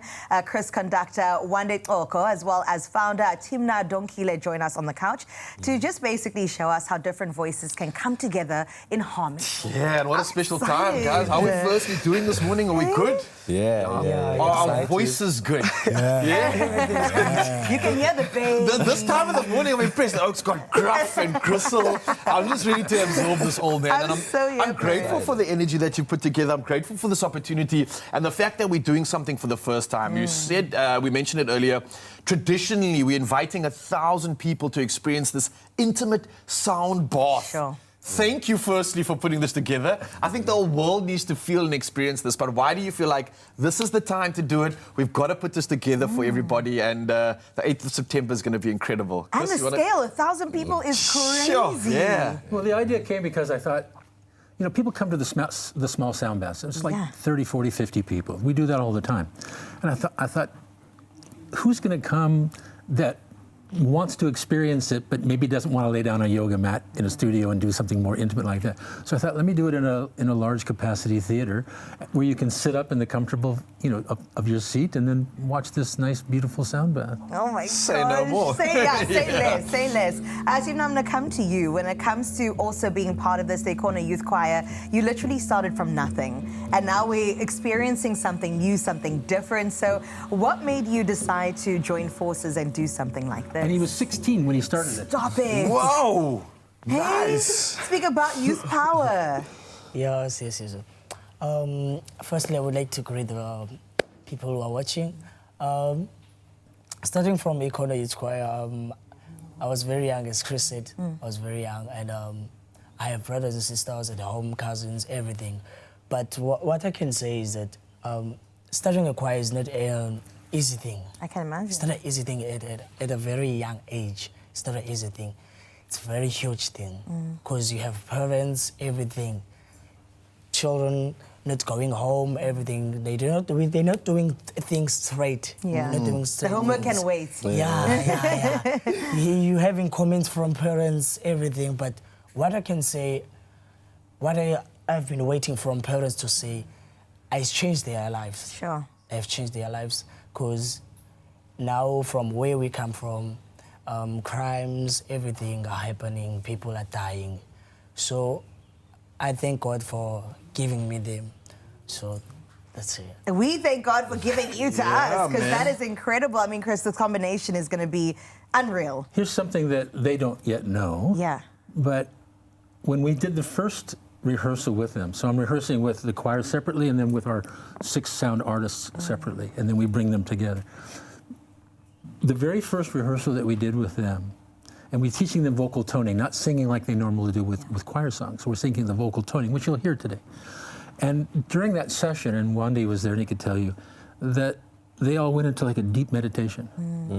And afterwards, one of them came up to me, because we didn't say what we do really, and she said, "Are we healing? Is that what we're doing?" I said, "Yeah, in a way that's what we're doing." And I canvassed each of them and I said, "How did you feel?" And they said, "Like my mind has never been more clear than it is right now." It was a really beautiful experience. And I'm thinking to myself, I hope these guys take that with their choir and take it forward and just spread it around. Spread it around. I like what you mentioned there, Chris, because maybe one day I can pose this one to you. Is it quite a transition to go from traditional vocalists in terms of that style that you express to now working on many like finite tones, tonality, getting that precise sort of like sort of feeling out that one can experience? How much of an adjustment has there been?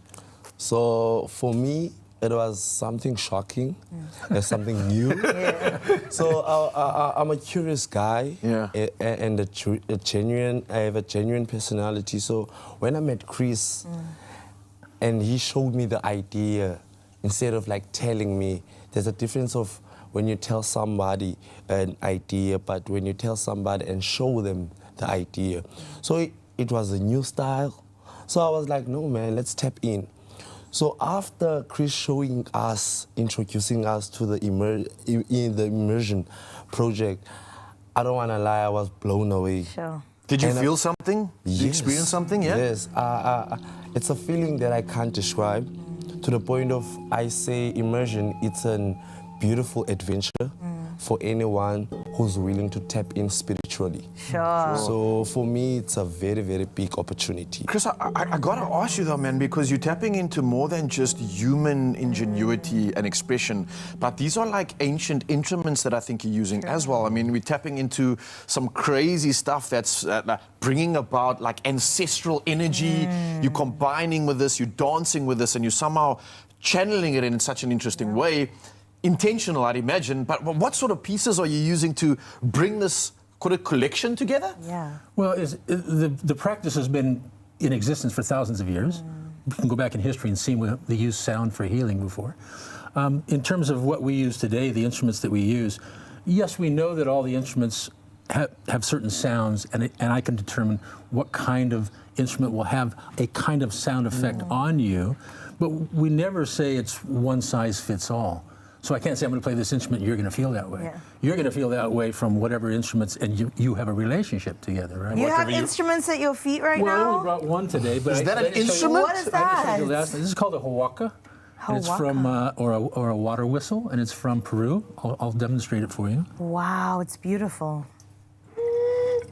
Oh.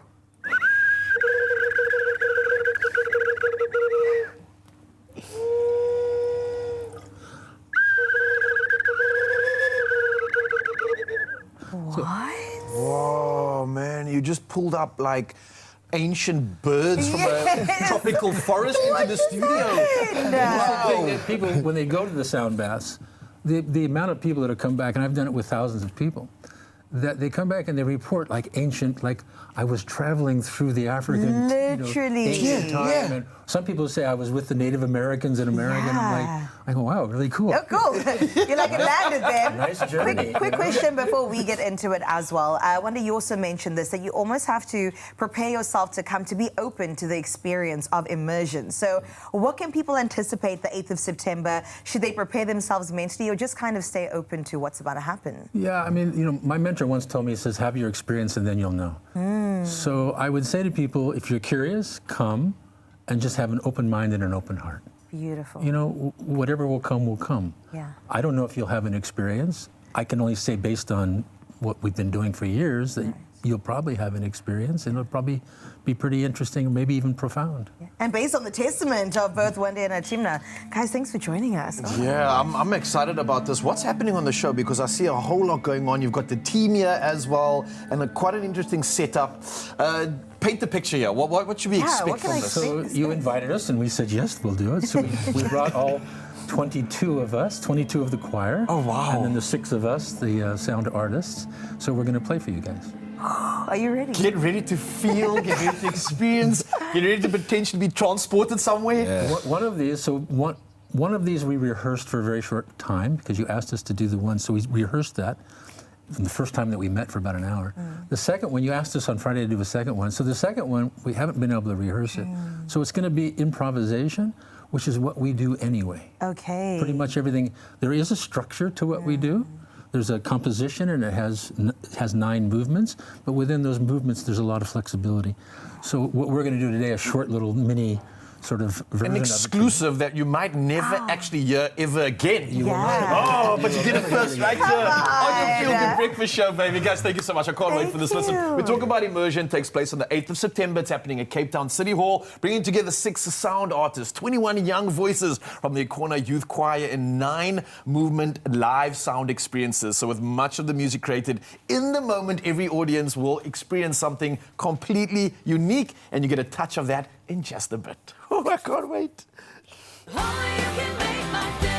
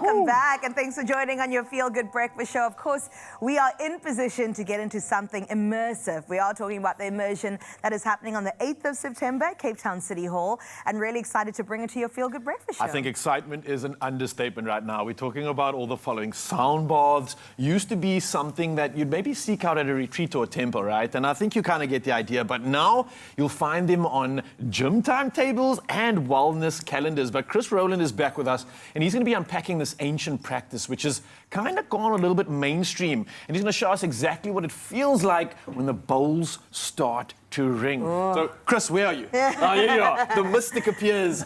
Talk to me about literally what we are surrounded by right now. Obviously, you've got your incredible talent with you, but there's a lot of instruments I'd love to tuck into before we actually maybe experience this. Could you give us a small education on what's happening here? Well, this is Antoinette and this is Janet, both of our sound healing practitioners. What we have here is Tibetan singing bowls. These are from Nepal. We have 2 mandolinas from Germany. Wow. Those we'll be using later. And then I have a lot of different kind of little small instruments here that you'll hear rather than me explain to you. So these kind of instruments, as an example, are very grounding. So we generally start a sound bath with something that's grounding, that gets you sort of settled. So you come in from your busy day, you got all that stuff kind of going on. So we present you with something that's soft, gentle, grounding. The Tibetan bowls are made to kind of break things up a little bit, as does that gong right there. And the gong I'm going to be playing, that's my small gong. I've got a big one that's like 100 centimeters long, but too big for today. So the gong will really break things up.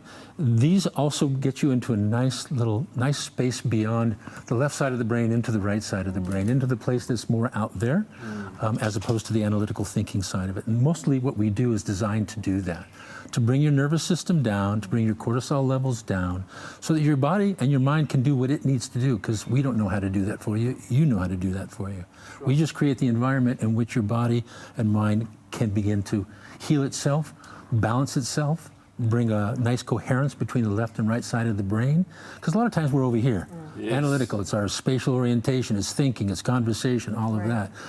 And you want to balance that out with the other side, which is your dream state, which is the other side state of mind, right? And You also wanna said bring it was this good for the baby. So for babies, there's been studies that have been done that when the mama goes through a sound healing session and you bring your calm nervous system down, it also calms the baby down.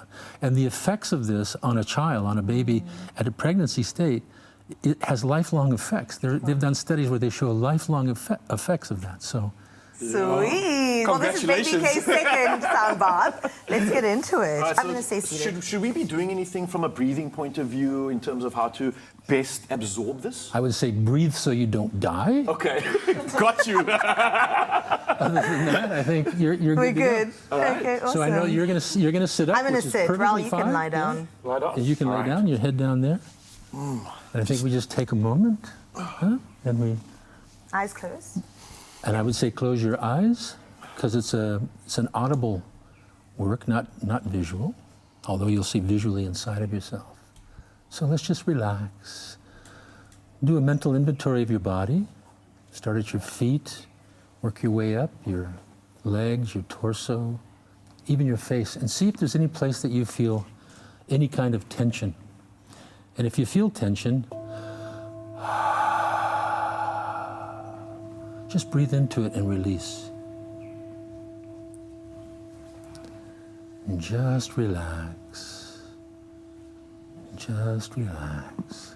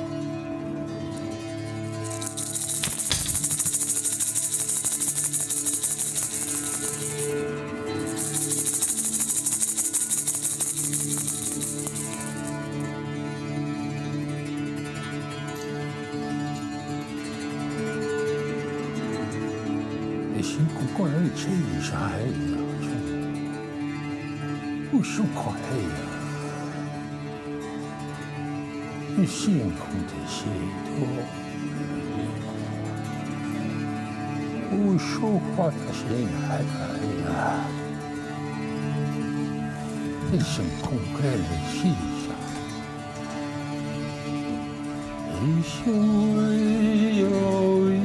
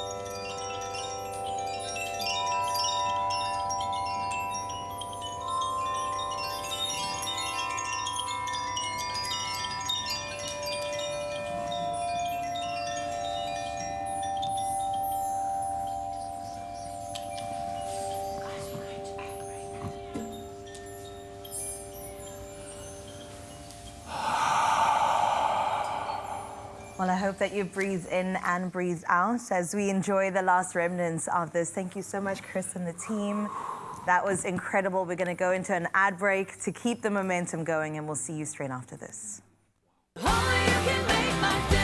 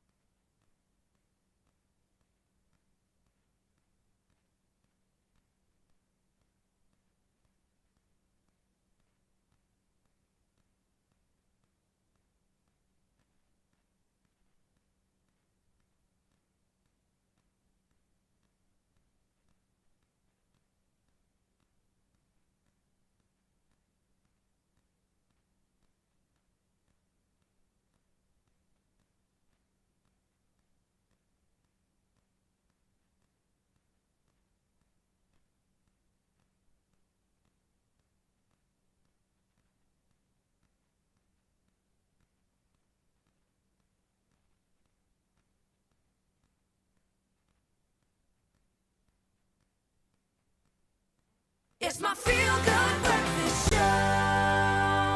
Welcome back, you beautiful people. We're opening up right here on S3 at your Feel Good Breakfast Show, and we've been feeling absolutely incredible this morning because we've been doing everything to allow us to discover our voice, discover our purpose, and maybe also discover our power, which is an incredible opportunity that we get to do right now. But listen, before we get into this next segment about finding ourselves and our power, please note it contains self-defense demonstrations that some viewers may find distressing. So, of course, viewer discretion is advised.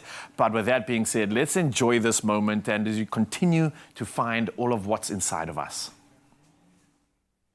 Now, one of the best advantages that you can create in a dangerous situation is time, because time gives you options. Now, in Self-Defense from the Ground Up, our Women's Month series on practical self-defense, we're focusing on how movement, but also positioning and distancing management can help you respond before a situation does escalate. And that's why we brought in, once again, professional fighter and a Pride Fighting Academy co-owner, Jess Manimene, who breaks down practical techniques drawn from Brazilian Jiu-Jitsu and Muay Thai, as well as MMA, translating professional combat fundamentals into something realistic that we can take on. Self-defense skills that, of course, anyone can begin learning. Caitlin joins us once again, and this week we focus on creating space, controlling distances, and using movement to improve defensive options. Ladies, welcome back. Thank you. We are lesson 4. We have done so much. I feel so equipped every time you step into studio. We've done getting up in the best way to keep an eye on the offender in the situation. We've also done pushing them off.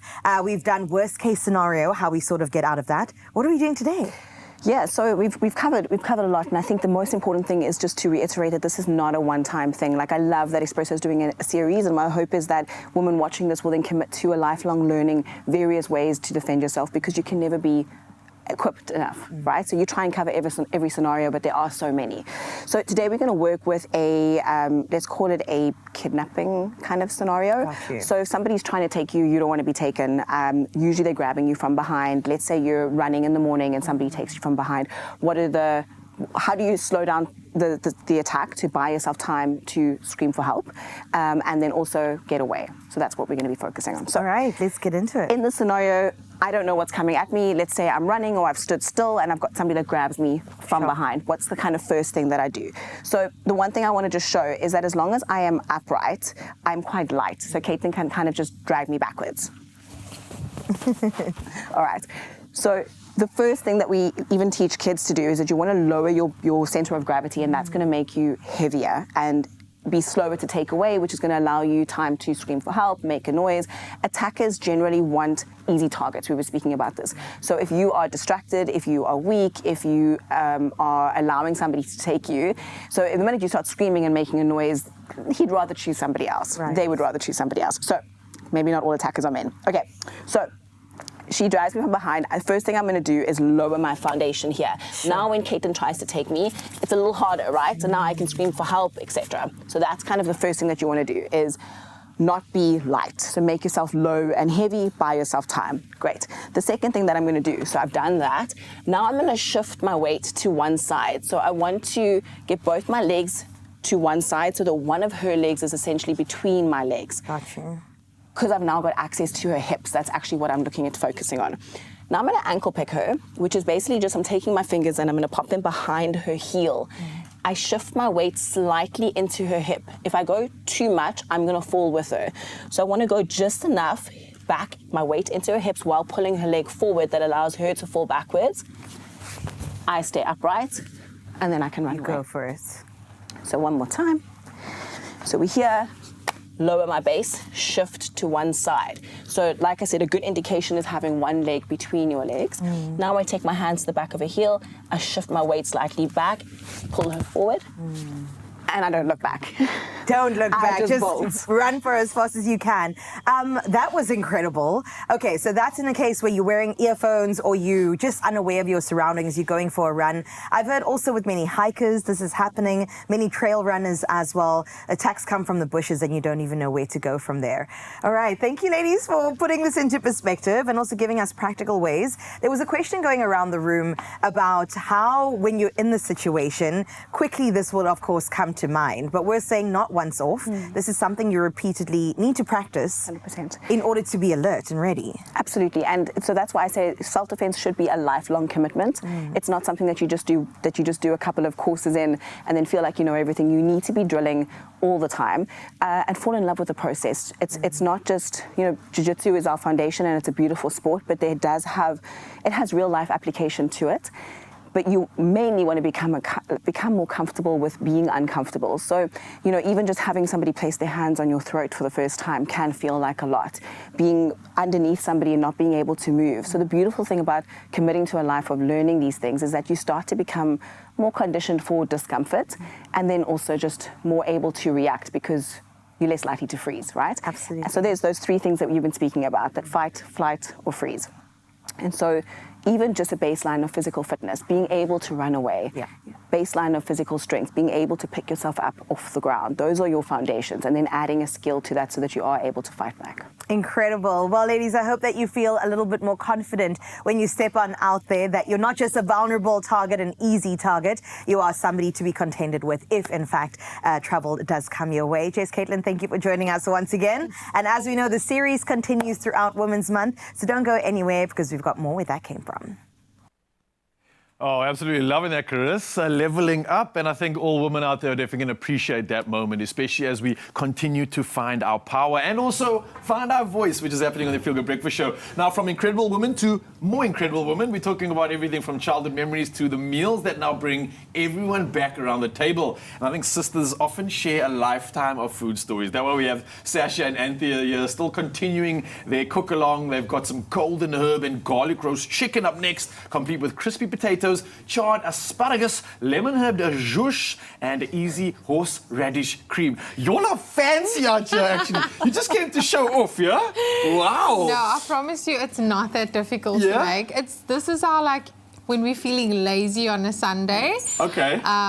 But my sister isn't like a make a chicken. She's a Woolies buy chicken type of and an person. eater. Yes. And you and I, we get along well. Right? You and I, we're gonna enjoy this year. But how often is it that you get to be on your Feel Good Breakfast show with your sister on live TV? How's it feeling? It's like the universe is opening up Yeah? because I keep asking her what happens behind the scenes, and it's amazing to be here. It feels like home. It does? It That's does. good. That means that you are in a safe space Yes. and you can pretend like this is your kitchen at home. So while we're cooking up this recipe and showing Mzansi how to do it, I want to talk more about the moments you guys both have at home in terms of like traditional cooking. For me, roast chicken was like a Sunday thing. It was like if it wasn't a bride, it was roast chicken with the family, and all would come over and we'd have a gesel session, we'd have tea, the skinner. Is it similar to like sort of your culture at home? Is that a tradition that you've been taking on? Yes. Definitely. Yeah. So every Sunday, mostly chicken, because I love chicken. Yes. I can eat it every single day. And with Sasha being around, we have to watch what we eat because the weight just comes on. So I can protein, understand why. You're always going for second, third, fourth servings. I love it. Exactly. I love it. So roast chicken, yes. Okay, I love that. So talk about the meal. How are we putting this one together? What's the first steps? Okay, I was gonna let Anthea do this, but Ooh. I'm scared. No, I'm just No, kidding. I just Anthea just said she's in a safe space, she's comfortable. So let her take over. Okay, Anthea, so- talk to us. Okay, so we got some butter, and then we're going to add some garlic. Nice. Followed by some thyme and rosemary and some lemon juice. And then we're going to do what we do best. Rub-a-dub-dub. Rub-a-dub-dub. Listen, myself and Jay were out yesterday. We I got some- believe so. Yeah, we I got believe some- you guys went for a couples massage. Kinda, yeah. It wasn't at the same time, but we happened to bump into each other, and I was like, yeah, kudos. Investing in yourself. I'm also investing in myself. You know, it's been one of those weeks. Yeah. So I'm definitely all about understanding the massage game. Absolutely. Is that what's happening with the chicken? Yes, so I mean, you obviously got experience because of your massage Sure, yesterday. sure. So what we're going to get you to do is just give this baby chicken a nice rub. Ooh, are we gonna? So- I'm gonna just wash my hands again just Yes, to make please, sure. that'll be great. Because I know everyone's gonna want to Use tuck into this. Okay, I have to just take Right. some of that out. Hands are ready, fresh, clean. So this is we're gonna use our hands here, right? Yes, we're Okay, using our like that. hands. Sorry, she poured all the lemon juice in. You like it? Lemony. Yeah, fresh. Okay. Summer feels. Okay. So now that we've got our little compote butter here, what we're going to do is we're going to rub some on the outside and on the inside. But before we do that, I just want you to season the chicken. Seasoning is very important for chicken. And then Why you are we can... seasoning first before we do the like massage and stuff? So is there a reason? in the butter is salted, but there's no proper seasoning. We've got some lemon juice, we've got all the flavors. But there's not, like, herbs, but there spiciness isn't in there. any. Okay. Yeah. So we're going to also just add a little bit of smoked paprika into the our butter. A bit of a kick. Just a slight kick, and it also gives color to the chicken as it roasts. Oh, true. Okay. Who are your normal helpers when it comes to like cooking at home and stuff? Is Anthea also one of the massages at home, or purely just on the eating and judging? So, Anthea gives like really good moral support from the couch. From the couch, Anthea, yeah. And she does pop her head around. You guys need any help? And then she's like, as soon as we say no, she's like, yes. Gone. She's probably the one that confirms, yes, it is smelling good. Yeah. Yes, I am ready to eat. It's looking good, guys. It's looking amazing. So, All right, so hang on. You're distracting me here. I've got to Sorry. get my massage on. so we're going to massage some Yeah. of the butter on top of the chicken. And then there's a little pocket that we're going to just like underneath here. Underneath? Yeah. Oh, like in between the It's skin and the side, flesh? side. There we go. Oh, sneaky. You kind of want to get it in where the breasts are because that's where the thickest piece of the chicken Because is. this is where the breast is. Correct, I don't yes. know if you can see this on the camera right now. It's quite a bit of a tight and awkward view, but literally this is on top of, I think, the wing. Yes. Below the leg, you've got the breast over here. So a great tip, you want to add, just in between the skin and the flesh, you want to Yeah. add a little bit of that rub Butter. in there. So as it cooks down and melts, it falls into the breast and it makes it more succulent and juicy. Okay. Yeah, so we must make sure that those Giving two away your pieces are- secrets now, eh? Sure. It's okay. It's for the people. It's for the people. We are for the people.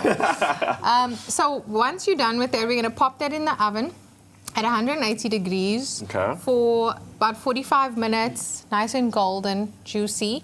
And then that juices from the chicken is going to form at the bottom of the pan. And you're going to use And that? then we're going to take that to turn it into a beautiful jus that will like cover and coat all the potatoes and everything else that we have. What would you call that? Because that's like a brothy type It's of... called a jus. A jus. Okay, okay. Not I was trying to get like a fancy name out of you there. Not just a jus.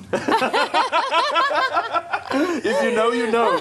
All right, okay. So has my massage skills met your expectations? Yes, Is that good enough? It's looking good. And I know a lot of people aren't really aware of like how much, how thick, the consistency, etc. Yes, I think we're good. Are we happy? I think we're good, yeah. Okay. I would add more because why We've not? got more, I mean, yeah. butters... And this sort of reduces and melts And it away. creates the sauce or the base of our sauce for the jus. So you actually definitely want to use shy. Don't be shy. Okay. Add a little bit more love. I'm doing the TV version. You want to do the real version, authentic, like we at home. Yes. So we're going to put some limes on here. For flavor or for tenderizing? What's happening? It gives flavor, but it Okay. also does tenderize the meat as well. Just going to add more pepper. Anthony, I want to ask you though, like you, Pretty she made I it. know, but listen, you the real deal here, okay? Never mind this one over here. She gets all the time. I want to know from you, when it comes to your perfect chicken, is this it? Or do you have like a difference in terms of you like it like more of a barbecue vibe, more of that spicy sort of Indian flair? Do you like your chicken in a curry or do you prefer it as a roast? This is the hard one, because I know you love your chicken. So we grew up eating chicken curry almost every day. Okay. But the way Sasha's making it is my favorite.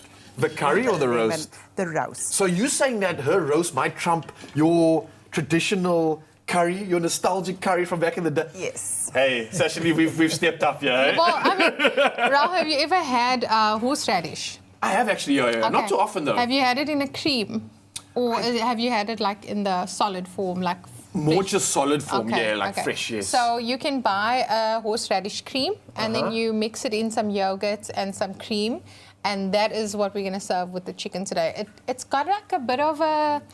Have you ever had wasabi? Yes, yeah, It's got a bit of a heat in it, Ooh, so okay. it adds this beautiful heat and a little bit of vinegar flavors in there, so it really lifts the chicken. Hey, you're taking us on a journey. Yeah, I see. Listen, we're going to finish this recipe up. We also got dessert to look forward to, and we got more healing sound coming our way as we continue the theme of finding our voice. We're going to share an incredible voice with you, Mzansi, and we'll see you straight after this. Oh, this is looking good. Nice job.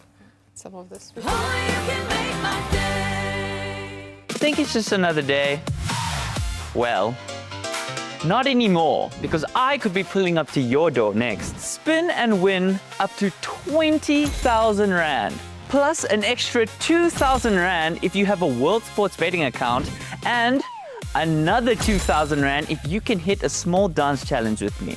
To enter, all you have to do is head over to the competition post of Expresso's Facebook, X, and Instagram pages, and all you have to do is follow the prompts. And not signed up yet? Well, head to wsb.co.za, use the promo code TheBeat50 to get a free 50 Rand sports bet. World Sports Betting, bet to the beat. I'll see you soon.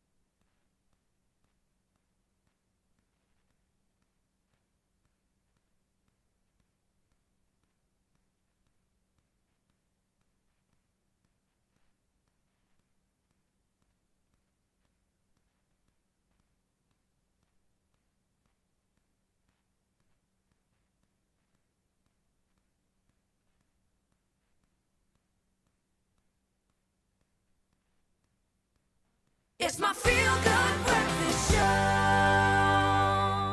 Well, Welcome back. It is your Feel Good Breakfast Show. It's just about hit the top of the hour. Let's get your 8 o'clock national and international news headlines to you. We get started in South Africa, where businessman and attempted murder accused, Vusimuzi Matlala, is expected back at the Madlanga Commission in Pretoria, where he may use a supplementary affidavit, and that's to address omissions in his earlier statement. Now, Matlala previously refused to answer questions about the 228 million rand police service Medicare 24 tender, citing his right against self-incrimination.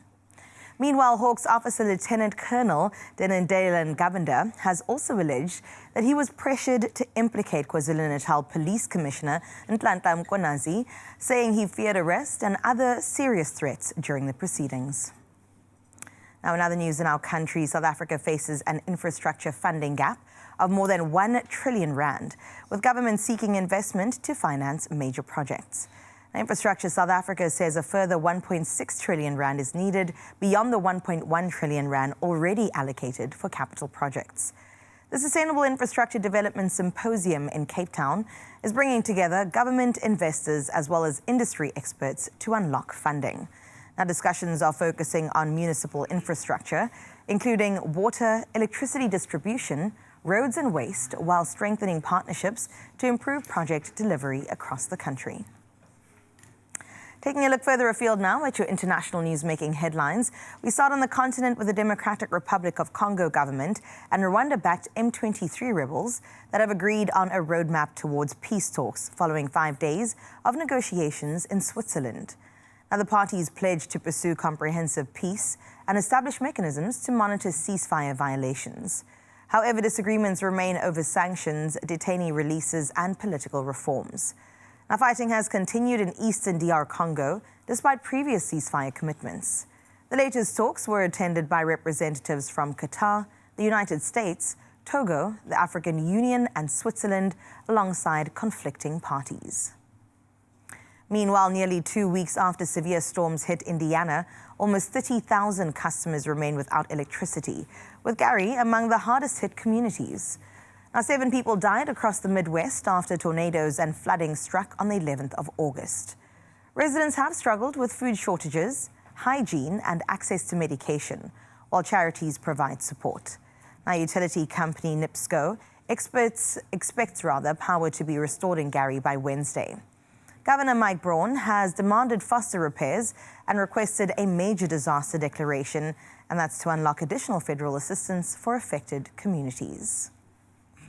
Let's close off your news for this Monday on a very light note with a brightly painted bus that's bringing books, art and storytelling in children in Syrian camps and rural communities affected by years of conflict. Now, the mobile cultural bus, launched by Syria's Ministry of Culture with volunteers, transforms an old vehicle into a traveling library and a creative space. Now, children enjoy reading, crafts, games, and puppet shows, offering a return to their childhood. The project has reached thousands of children across dozens of communities, providing access to culture, imagination, and hope where opportunities remain. That's a great way to close off your news for this morning. Let's get those final sporting highlights from Rao.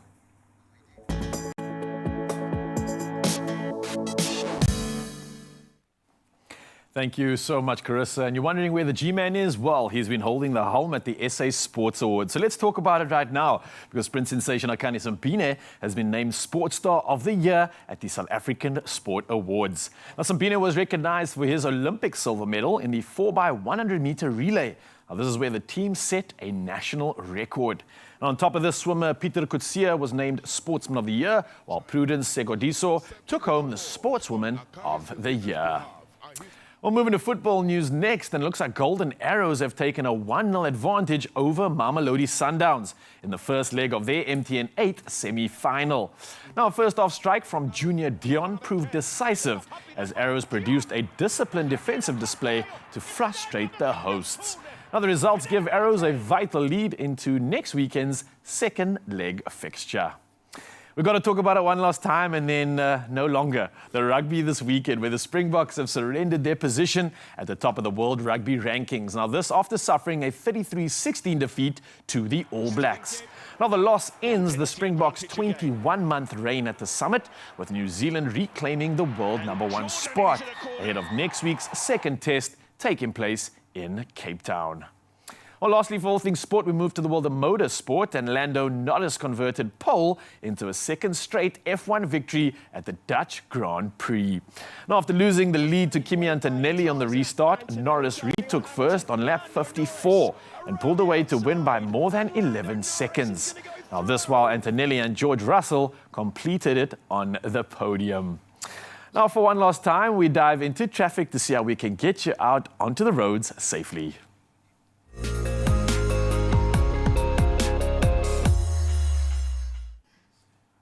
Diving into all the traffic right now, we move to Rosberg in Durban. Now, it looks like heavy congestion has been reported on the N2 northbound, and that's taking place between the EB Klutter interchange and the M7 interchange at Edwin Swales. You can see from the visuals on your screen right now, motorists will definitely be expecting delays and are advised to allow for extra travel time when passing through. Moving over to Johannesburg now and taking it to Randburg. It looks like mainline congestion has been reported on the N1 northbound between Beyers Nordier Drive and Winnie Mandela Drive. Now, daily commuters once again are advised to plan ahead, remain patient, and please do allow for extra travel time on your morning commute. Now, from the road to the sky, let's find out one last time what's happening in the world of weather. So starting off on the fronts of Polokwane, it looks like today brings partly cloudy skies, taking over much of the day, and the temperatures starting at a low of 8, but rising to a nice warm 26 degrees. Tomorrow brings some bright sunny conditions, temperatures ranging between 9 and a warming high of 29 degrees. Over in Klerksdorp, it looks like mainly sunny conditions will set the tone for the day. Temperatures start at a nippy 7 degrees, but climbs to a nice hot high of 27 degrees.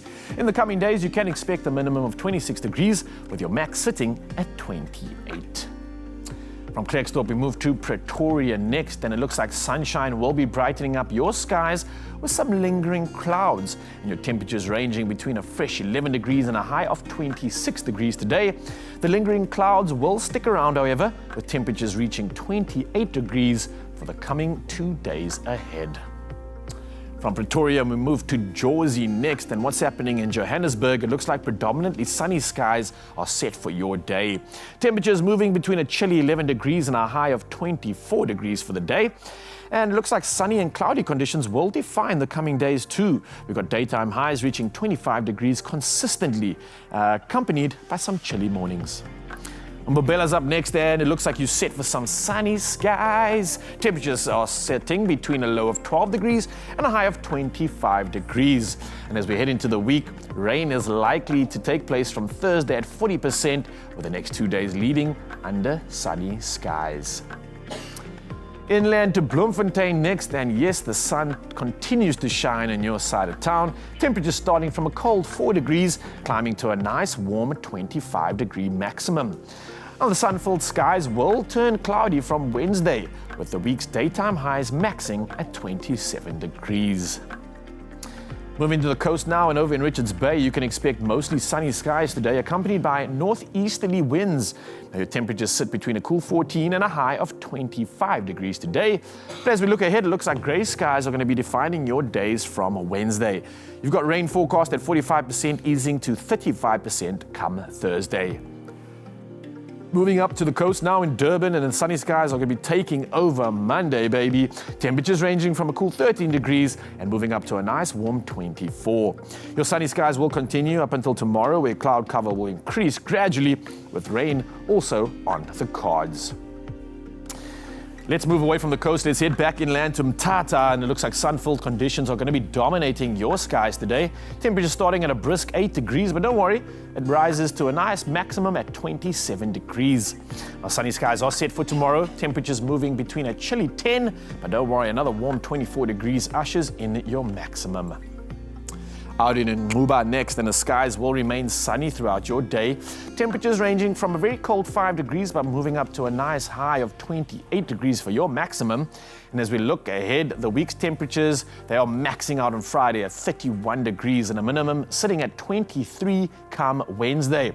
It's looking hot and lekker out in your side of town. Kukopo City's up next, and mostly sunny full days lie ahead. Temperatures starting from 11 degrees, but double up to a high of 22 degrees. As we head into the week, you can expect cloud cover to build from tomorrow, with rain forecast from midweek sitting at 45%. Next up, we move to GQ Berga, and mostly sunny skies will feature across the city today. The temperature starting from a brisk 10 degrees and climbing to a high of 21 degrees. Now, as we go into the new week, grey skies will seem to be defining your days, with cool to pleasant temperatures up ahead. And as we move to your neighbours, George, it looks like much of your day will also be spent under partly cloudy skies. Temperatures drifting from a fresh 8 degrees up to a high of only 19 degrees for your maximum. And we look ahead to tomorrow, it brings cloudy and humid conditions. You've got daytime highs sitting at 16 degrees. Moving over from George to Cape TZ up next. In Cape Town, it looks like partly cloudy skies are going to be remaining in place for most of your day. Your temperatures sitting between 12 and 19 degrees. And tomorrow ushers in strong winds and take place all the way up until Thursday's temperatures, which shift from a morning low of 12 to a daytime high of 21 degrees. Up in Southie is always bringing the heat, and sunny days definitely lie ahead. You've got gently westerly winds coming through today, but your day shifts from a cold 7 degrees up to a high of 25 degrees. You've got a mix of sunny and cloudy conditions, which are going to be defining your coming days, and it definitely looks pleasantly warm out on your side of town. Kimberley's up next, and sunny skies continue. They're setting the domination for the day, and that looks like what's happening today is lows of 6 degrees up to a maximum of 28 degrees. Now, the heat's definitely going to continue. Temperatures maxing at 30 degrees tomorrow, with a minimum sitting at 28 degrees. So it looks like warm conditions throughout. But as we move to uppies, today looks like bright sunny skies. Temperatures between a nippy 6 degrees, but moving to a hot 31 degree maximum. So get out and make the most of the sunshine. And it seems like that continues over for tomorrow. Temperatures maxing consistently at 33 degrees for the next 3 days. But now, before we reveal the sunrise view of the hour, here's how the morning unfolded. Obviously, you can see your weather patterns up on the screen right now. But let's remember what happened this morning. Starting off in Albertville, Gauteng, Dwayne Klaassen coming through and sharing this. A pre-burn before the sunrise even reaches us. This man is the early bird catching the worm, however. And then we moved over to Shannon Newton, all the way in Sun City, Northwest. Yes, the sun has pinged, bringing beautiful, bright promises for Monday. And hey, we've got to usher this one in. Finally, our sunrise view of the hour for this edition. Whoa! Muses is looking incredible. Rachel Governor coming through with an exceptional shot. Looks like she's just over the railway line, getting a nice vantage point, but we can see the waves out there looking nice and still. Oh, you're making me want to go surf. Thank you so much for that shot, Rachel. Absolutely love it. A unique perspective of Muses. I don't think we've ever seen that one. And here's a reminder, Mzansi, can you do any better? I don't think so, but we're going to try nonetheless. And we'll do it tomorrow morning. First thing, the number's 063 036 9649. Share your sunrise view with us. Why? Because we absolutely love it. Hey, Chris, what's happening on your side? Well, let me tell you right now, speaking about photography, we've got the best of the best in the building. Kaldesh joins us. I don't know, that's an artist. I don't know why I said that. A wonderful photographer when it comes to nature, as well as the Astro World, joins us in studio to test out the new Huawei. Now, this is the Pure 90s series, and we can't wait to get into it. We've taken selfies and we've taken pictures, but I'm sure that you'll put it to the test and know exactly what it does. 10 out of 10?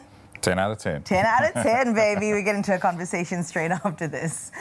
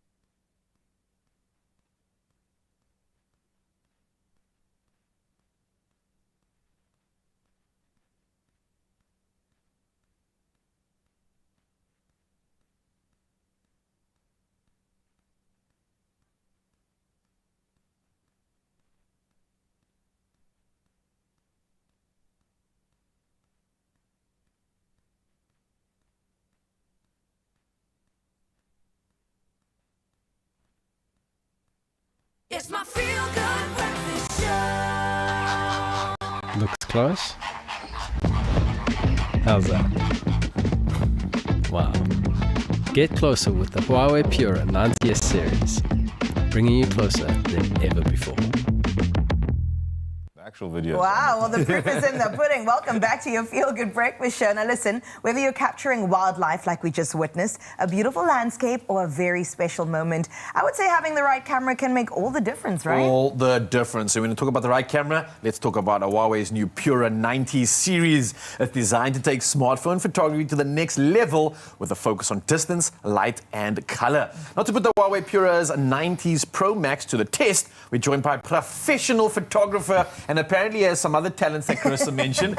Carl Gooch in the building, and can only do one thing but say, welcome to your Feel Good Breakfast Show. Come on, everybody. How you doing, man? Good, man. Good. I mentioned this off air, but I got to say to him, Zanzi, dude, you are my inspiration. You're the reason why I got a first camera when I was out in the wild hiking and stuff. I saw all your pictures and I was like, oh, I want to do what that guy's doing, man. And you invited me to do exactly that. So thank you for the inspiration, and for many others like myself. You probably didn't even know this, eh? No. I'm inspired. Carl, that is incredible. So let's talk about this, because I did want to make that distinction earlier. I said usually you're out there in the wild with a camera, but now we're using a phone. So professional equipment versus something that you can carry in your pocket. What sort of started you shooting with this new device, the Huawei Pura 90s Pro Max? Well, so I did part of their launch campaign for the international campaign, and the biggest difference I found between going from using professional gear to using the phone was the weight. 100%. So going from big lenses to trying on the phone, it was quite a challenge to actually go and capture wildlife images on the phone. But the thing I really enjoyed the most was having a big screen. You're often shooting, you use this little small screen. And then you got to look into it. Exactly, right. So being able to see what you're shooting on a much bigger display was quite interesting to get my head around and play with. And we saw that zoom in the ad just before this. I know. I want to test that out a little bit later, but I want to talk about it, man. We got a 200 megapixel telephoto camera that we're actually working with here, Carl. So for you, shooting wildlife, shooting subjects from a distance, how much of a difference does that make? Obviously, I know with the older system that you were doing, would generally use big lenses, big zoom lenses. Those things are heavy, it's bulky. I would imagine the ease of use here alone is already a big win, but talk to me about the megapixels, bro. That's huge. Well, it's a big difference because when you're out on safari, obviously you can only get so close to an animal with a vehicle, and especially with birds and leopards in a tree. I think I got some pictures coming up of that. You need the zoom to be able to zoom right in and see the animal, and if you get too close, you can chase the animal off. So you need to be able to zoom in. And then the 200 megapixels allows you just to crop in as well. So it's really useful. Yeah. So for cropping and purposes for you as a photographer, that's quite valuable, right? Because you can reframe your picture, you can recreate or reframe that mood as well. So there's more moments that you're actually getting out of that, right? Yes, a lot more. You see, I know what I'm talking about. I was inspired. I took notes. Nature boy, nature man, we are here for it. So we do, in fact, have some images that you did take. There's a leopard in the midst as well. Are you joking? You took this with a phone? So I don't know if you can see, it goes from the 1 times up to the 4 times and then the 10 times. So you see wait, can we just do that again? Can we go to the... So this is the original so that's 1 what time. You're seeing from being in the vehicle. And normal pics would normal kind of average phones would get this okay-ish. Yes, you would get this one. And but then look at this. To 4 times. Normally this is when it starts pixelating. This is when you lose detail. Closer. And then the 10 times. Now my question is it the tool or is it the user? Because you was are was it just you though that was able to get this? Could I get a shot like this? The button. Yeah. So Carissa and I could be out there and we could capture something very similar. Are we coming for your job, Kyle? I hope you're ready. That is incredible. The detail that was not lost at all. I know, and that's something that I often struggle with. When you see something beautiful in the moment, you want to showcase it, and then like you get up close, you're like, it's a blur. Exactly. Not even AI can do anything about it, man. Did you mean? Okay, so let's see some more of your pictures, because that leopard was incredible. Where was this? So this is in Namibia, the Quiver Tree forests, and you can see all the colours in the sky and the sunsets that you're getting. So with the phone to capture all the colours and the lights, I mean, I shoot a lot of landscape and sunsets and sunrises. So you know, to do that on a phone now is quite incredible. And you can shoot macro, bro. This is the macro. This is out in the canola fields now last week with a spider web in the early morning. It was quite nice. There's even detail on the actual bubble itself. I don't know if you could go back to that shot, but oh my word, you can literally see detail within each bubble. Yeah. Oh, And the man, next this is one crazy. was an insect. So there's a bug in a flower. This was the super macro feature that I quite like on the phone. Wow. So how close are you? Are you pretty? You're pretty close. You're like almost right up on top of it. This is water droplets on a leaf. Oh my gosh. Yeah. Now y'all aren't even ready for the photography we're about to do. And then this is out in the West Coast in the flowers now. Wow. Cheapers, Yeah, man. What because a it's unique- flower season Flower now. season, yeah. Carl, am I right in saying that often what you would have to do to capture that series of pictures would 3 lenses? You need a zoom lens, Yeah. standard lens. You'd also need a macro lens as well. Exactly. So that means in between each moment, you're going to have to shift your lenses, change focus. Might have lost that whole opportunity because the bug flew away by then. Exactly, So this yeah. is maybe also what's making me understand the ease of use. Did you find that to be quite a benefit for your situations? It's a big benefit. And also, as a photographer, like just using my phone to go and scout things before I maybe use my other camera is just also really valuable for me personally. Yeah. So being able to go and compose using the phone is just such a great tool. Oh my gosh, thinking about composer, let's do something now. Let's take a flex, bro. photo. Come on, let's flex. Okay. What can you we do? do? What can you show off here, man? I want to see if we can maybe just firstly connect this to the screen so Are we you guys can, connected so we can see what's happening. And you can just do it on the phone there, so make sure we can get a visual of that. Okay, so we got the cool super macro feature. Yeah. Okay, so we're going to be able to Super see. macro, okay. But let's see what we can zoom in on. So you can do I a don't know if macro you on can our see that. Bonsai. But Gonna yeah, find some creatures in there. Oh, so you check can- at that. It's like a whole new world, actually, yeah? So that's on the 4 times. You can zoom right in. And then we also have, so then the 1 times to the 2 times. Oh, all the you way can up adjust that. to the 10 times. So it's quite easy to, Check the difference in to the 10 jump times. between them. Never seen a leaf so clear. Yeah, so super, super clear. And then You can see the veins on the, like the water, like going through the... And then for Crazy, you, what man. might be very interesting is it has a pro mode. So I don't know if you guys can see that at the Yeah, I bottom. think our camera's yeah. going to try catch that while you're showing it off. You Catch can our good control your side. ISO, aperture, exposure, white balance. Like you would on a camera. Exactly how you would on a camera. So you can control all of those features on the phone. which And is that's quite cool. obviously important because as a photographer, you have your own unique style. You have something that you want to bring out of the situation. Maybe it's too backlit or vice versa. So this gives you more personalization, which I think is something that a photographer can appreciate more than Chris and I, right? Yeah.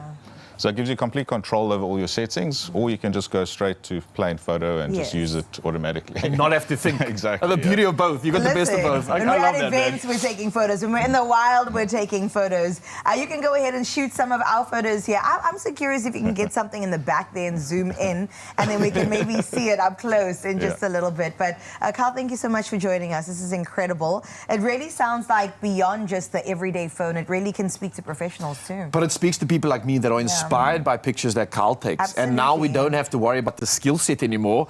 I can just jump that curve, get a phone, and almost get pictures as good as Carl. Almost. I think, I think there's still something special about his technique, and I think there's still something special about this opportunity. But again, thank you so much, man. Smartphone photography has clearly come a long way. The Huawei Pura 90 series, as we've seen, is all about mastering. There's distance, we've got light, and we've got color, ultimately making sure now is your moment to capture it. Oh, please do that. And Huawei is also giving you the chance to win a Huawei Nova 15 Max. Listen, it's valued at 8,599 Rand. So if that is you, enter now. Simply head to the Expresso social media pages and answer this question. Which feature of the Huawei Pura 90 series camera system would help you take your photography to the whole next level? Don't forget to use that hashtag Huawei Pura 90 series and also another hashtag now is your moment in your entry. T's and C's, of course, to apply. And visit expressoshow.com for all of those details. Thank you for the inspo, Carl. Thank you for having me. Looks close. How's that? Wow. Get closer with the Huawei Pura 90S series, bringing you closer than ever before.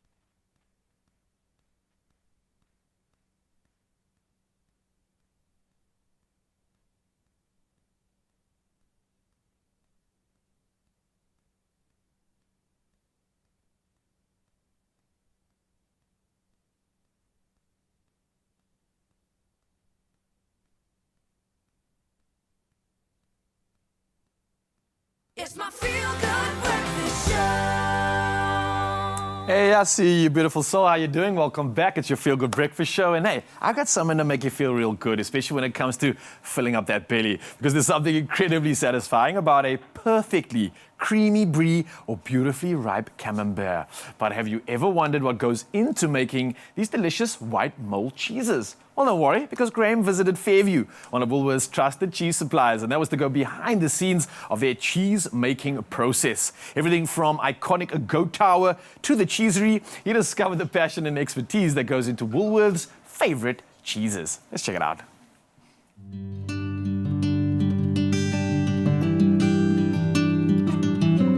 Known for its iconic and really cool goat tower, Fairview has become one of the most beloved destinations on the Cape Winelands tour, and with good reason. Nestled on the foothills of the beautiful Paarl Mountains, this family-owned business has been pioneering artisanal cheesemaking for decades. So we are going to take a step behind the scenes to find out how you create a legacy like this. And yes, we might meet a few goats.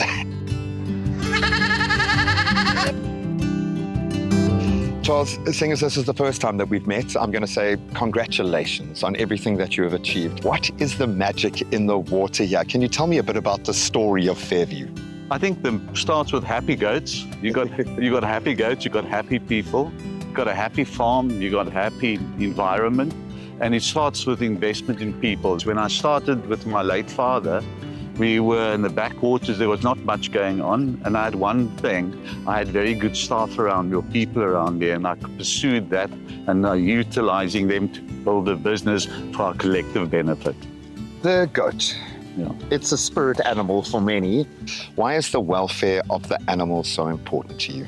If you don't look after animals, they won't look after you. It's as simple as that. And I chose a goat to start with because they're mischievous, which is very important.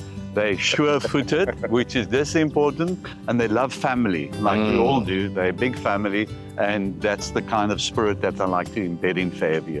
And they also produce phenomenal milk if you look after them properly. And goat milk is healthier than cow's milk, and that is one of the main reasons why we started with them. We know that so much nuance and detail goes into kind of creating the varieties within your space, but how would you describe the cheese itself? Why do they shine the way they do? Our style of cheese is taking European styles, your French styles, Camembert, Brie, and the soft and blue, and try and improve on what they are doing. So I can assure our consumers that they're tasting cheeses or enjoying cheeses that can stack up with the best that Europe has to offer. With the white mold cheeses, I didn't realize there was so much space to play. So Woolies has lent into that beautifully.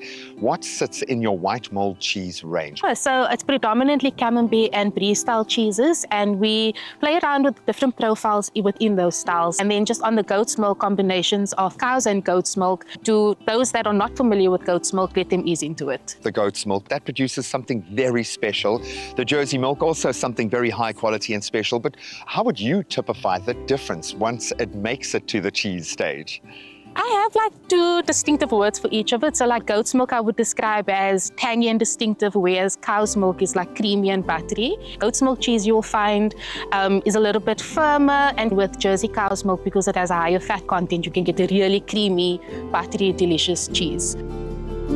Here at Fairview, you can see by the looks and the sounds of the bleats, there is a heavy focus on animal welfare, on sustainability, and creating the perfect environment for these goats to produce the perfect milk for the perfect cheese. So I'm going to follow the bleats and meet the rest of the tribe and the incredible human being taking care of them. So this is why I've got to keep some 5 o'clock shadows, just for the... It's very clear, looking at the state of the animals, just the energy in this space, that you do lean heavily into animal welfare. How does that play out on the farm, and why is that so important to you guys? Our main focus is animal welfare and sustainability around our farming practices. And just our daily care and compassion with our animals makes a big difference in the final product that the goat supply. It starts from the smallest detail. We raise the kids with the mothers. I don't think there's a lot of dairies that does that. From the day one that we raise the animals until she's in full production, we take care of our animals with the best of everything. And while the goats might steal, yes, more of the selfies, I think the real Fairview magic lies in their passion and craftsmanship behind every product that they produce. So we have stepped now inside their world-class factory to see how their incredible white mold cheeses are crafted from start to finish. So it starts with great milk. So let's start at the start of the process, whether that's coming from cows or from goats. That's one of your core products here. Once it enters into the cheesery, what happens, or how does the process all begin? We're getting roughly about 2,000 liters of goat's milk a day. Sounds like a lot, but the cow's milk is way more than that. The goat market's very, very small, and we believe in Jersey cow milk. It's the best milk to be using because it's got high fat and proteins. We've got 4 farmers in the Porterville areas, 2 farmers, Caledon area, 2 farmers. We've built a really good relationship with them to make sure they're looking after the ladies, the cows. We analyze their somatic cell counts to see that they are treating the animals properly. We monitor the bacteria counts. When we arrive there, we make sure the temperature is right below 8 degrees. Antibiotic test gets done. The very similar tests and processes happen as with the cow's milk, same with the goat's milk. We then have to pasteurize the milk, because legally you must pasteurize milk. Then the cheesemakers select certain lactic acid bacteria, which is placed into the milk, and the lactic acid bacteria will consume the milk sugars or the lactose and turn it into lactic acid. Then we add microbial rennet and yeast and molds, okay? Because camembert has got mold growing on it. Now we want to cut it to create curd and whey. So as soon as we cut, you get nice little cubes of curd, which we give it a healing time of about 10 minutes just to heal a little bit, to form a strong enough curd so that we can stir it. After the stirring would be what we call pouring process. It separates the whey from the curd, puts the curd into the block molds. Once they're in those forms, there's a turning process that happens for the rest of the day. We then do that salting process. The salt is there for flavor, but also the bacteria we use is salt sensitive.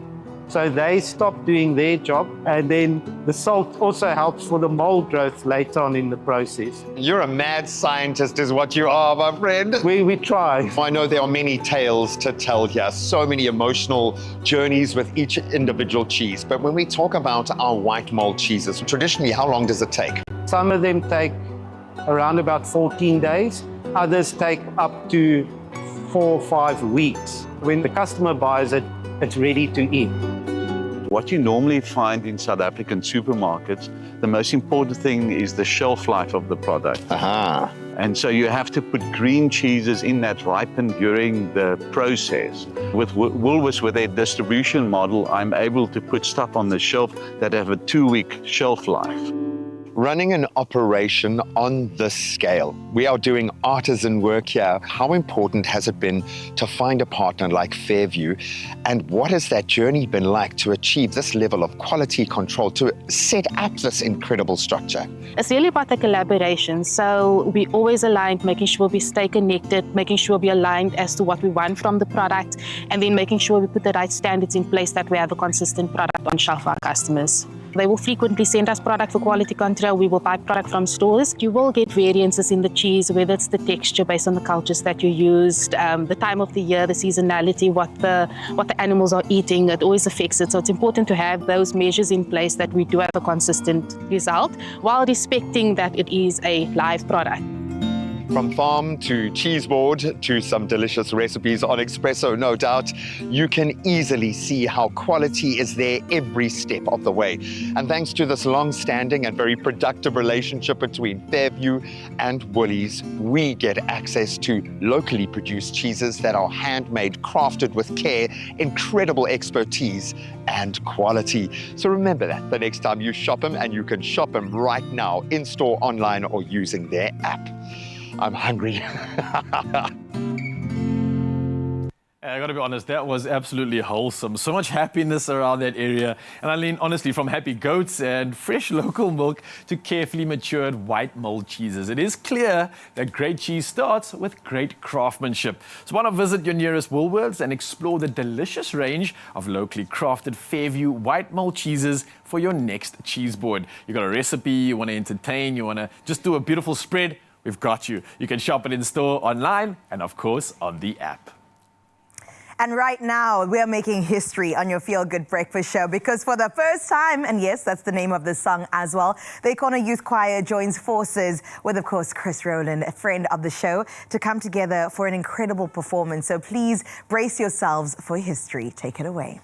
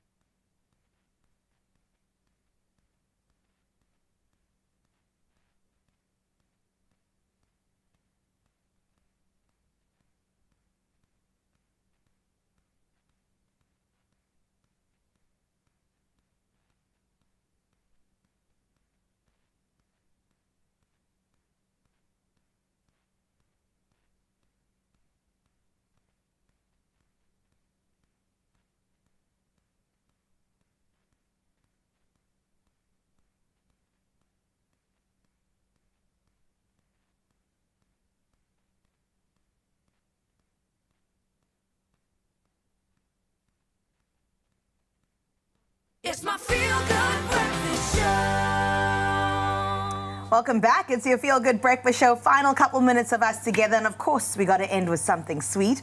As we know, every good sisterly catch-up deserves something delicious. And Sasha and Anthea are still here ending their 3-course menu on a very elegant note. This chocolate orange creme brulee pairs with a silky dark chocolate custard, bright citrus vanilla, all-important crackly caramel top, which of course we know Anta's got this as our flambe queen. Finished with dried orange slices. And guys, it looks incredible. It smells so good as well. But before we get into that, yes, I want you to first brag a little bit about this phone, a braggadocious moment. Okay, so earlier on, we sat down with Kyle and we basically went through how great this Huawei phone is in terms of how we can zoom in closer and closer and closer. And just for the reference, this is how far away we were, right? That's me in the corner. You wouldn't even be able to tell. And then we got a little bit closer, got a little bit closer, a little bit closer because everyone wants to see the full view. Wow. And not even a little bit of the pixelation was happening. And then we went a little bit further and went into the kitchen as well. But I can see it up close and I know that that looks good. So what are we getting into for our third and final meal? For our third and final dish for the day, we are doing a beautiful chocolate creme brulee, and Anthea and I both love orange and chocolate. What a combination. It is. It's so delicious, and it's so wintry, and it's so warm. And orange is obviously in season, so anytime I get to play with oranges and make them into candy, I'm happy. And orange is healthy. And technically, and dark chocolate's healthy, okay? Absolutely. This is a salad, actually, that we're putting together. I'm so here for it, and thank you for bringing your wonderful sister with you today. It's an absolute pleasure. So does every meal end with something sweet, Ants? What are we talking about? Yes. It does? So I'm spoiled. I even get poached pears some nights. Yeah. And that's a weeknight, not even a Yes, weekend. yes. I'm You, really even me, I want to be in your It's household. healthy. It is, exactly. That's what we've been cooking. It's the theme today. So where do we begin with your creme brulee? So Anthea's going to get started on beating some eggs and sugar together in a bowl. And is this regular sugar, caster sugar? Yeah, this is caster sugar. So you can follow the recipe on our Expresso Instagram page. Perfect. Everything will be there for you guys. So she's going to get started on that. I've got some cream, vanilla essence, and some one or two of my secret tricks up my sleeve. Okay, I know it's the rose water. No. Because you and this rose water, you put us on, Sash. So I'm going to add some chocolate into this warm milk. And we're going to melt that down. This is some good quality dark chocolate. Delicious. And we're just going to bring this together. And they didn't know it was arm day today, hey? They're putting you to work today. Once this is ready, we're going to mix, we're going to temper. So it's important with creme brulee, it's egg. So you don't want it to scramble, you don't want it to curdle, so you've got to temper it. Temper means bring a little bit of the warm mixture into the cold texture, a little bit at a time so that it doesn't scramble, but we will sift it once we're done, just to make sure that we've got that beautiful... What are we sifting? The custard. Oh! Yes. The liquid? Yes. Once Oh it's my mixed gosh. together, we're going to sift it. So if there is any potential scramble, it's It'll not the stay end of the world. behind. You can keep it back, and all the beautiful chocolate custard will end up at the bottom. Oh my gosh. And then we're going to just add some water into a tin or pan, and that is going to be our little bath, I don't if you think want to your call pot that. is on, Sash. Is it supposed to be? So it is, the milk is quite warm already, so we just... So it doesn't need to be boiling It doesn't or need to be anything. boiling now. We just want to incorporate the chocolate into the cream. Wow. I am just going to switch it on just a little bit. So Okay, just cool. bring it all together quickly. Oh my gosh. And how did you come across the combination of chocolate and orange? So we actually went for brunch. I don't know if I told you we were going for brunch that one Sunday. Yeah, because I wasn't invited. And come on, you must be my in now, hey? So we went for brunch at this beautiful, which is really close to our house as well. Yeah. This beautiful wine farm, and we had a chocolate dessert. It was a flourless chocolate cake. And it had this beautiful orange in it. Well, we kind of made them bring the orange. We're like, this is missing orange. So that was really. It didn't have orange. You told them to bring the orange. It was with her mojito. It was with a cocktail. You told the chef how to cook in these restaurants. Nah, Sash, there are levels to this game. Missing here. Orange. Orange. So we got we used some of her dried orange from her cocktail. and we put it with the dessert, and we were like, oh, magic, combo. magic, and that's kind of how this whole dessert was born. I love it because if there's anything about Sash that we know, she elevates every single meal from the basics to something even better. Are we doing some flambe today? Yes, we are. We definitely It's time are. to shine. Come on, girl. Okay, so now we've got our chocolate milk dissolved in this beautiful cream. I'm going to switch it off, and then we're going to start tempering. Okay. Okay. We've got just under a minute to temper and to flambe. Okay, so what I can do is let me do this and get these in the oven, and then Anthea can show you how she flambés. Anthea, you're the adult in the room. I'm going to hand that over to you because this is your speciality. Whoa! Bring it on. I love this part. And that's just some sugar on the top that we are essentially making crispy. Yes, so it's caster sugar as well. And it's important to, don't be shy with the caster sugar. You kind of want a nice layer of caster sugar on there so that when you take that spoon and just smack the top, it gives a nice crack, and it's got a beautiful golden creme So brulee. how long do we wait between this moment and the cracking moment? It needs to still settle for a minute, eh? I would give it like a few seconds to like you can even just put your hand over it. You can feel the If warmth. it's still warm, don't crack it. it's still Wait warm. until it cools completely. Sure. It's also very important when you're making creme brulee to make sure that you you don't use too much heat on your custard because it will curdle and almost top scramble layer. your custard. So it's important to just make sure that even if you add additional caster sugar and give it a little spin, but go slowly and burn the top slowly. That way you keep your custard intact. I got you, because we're not having breakfast and dessert at the same time. No, Not we are scrambled not. and creme brulee. Auntie, you've been incredible. Sash, you've been incredible. Thank you guys so much for joining us. A 3-course meal brought to you on your Feel Good Breakfast show with our best family, the Smalls family. Now, do know that the QR code that you can scan will take you to the recipes on our website so that you can cook along with us. We'll see you straight after the break.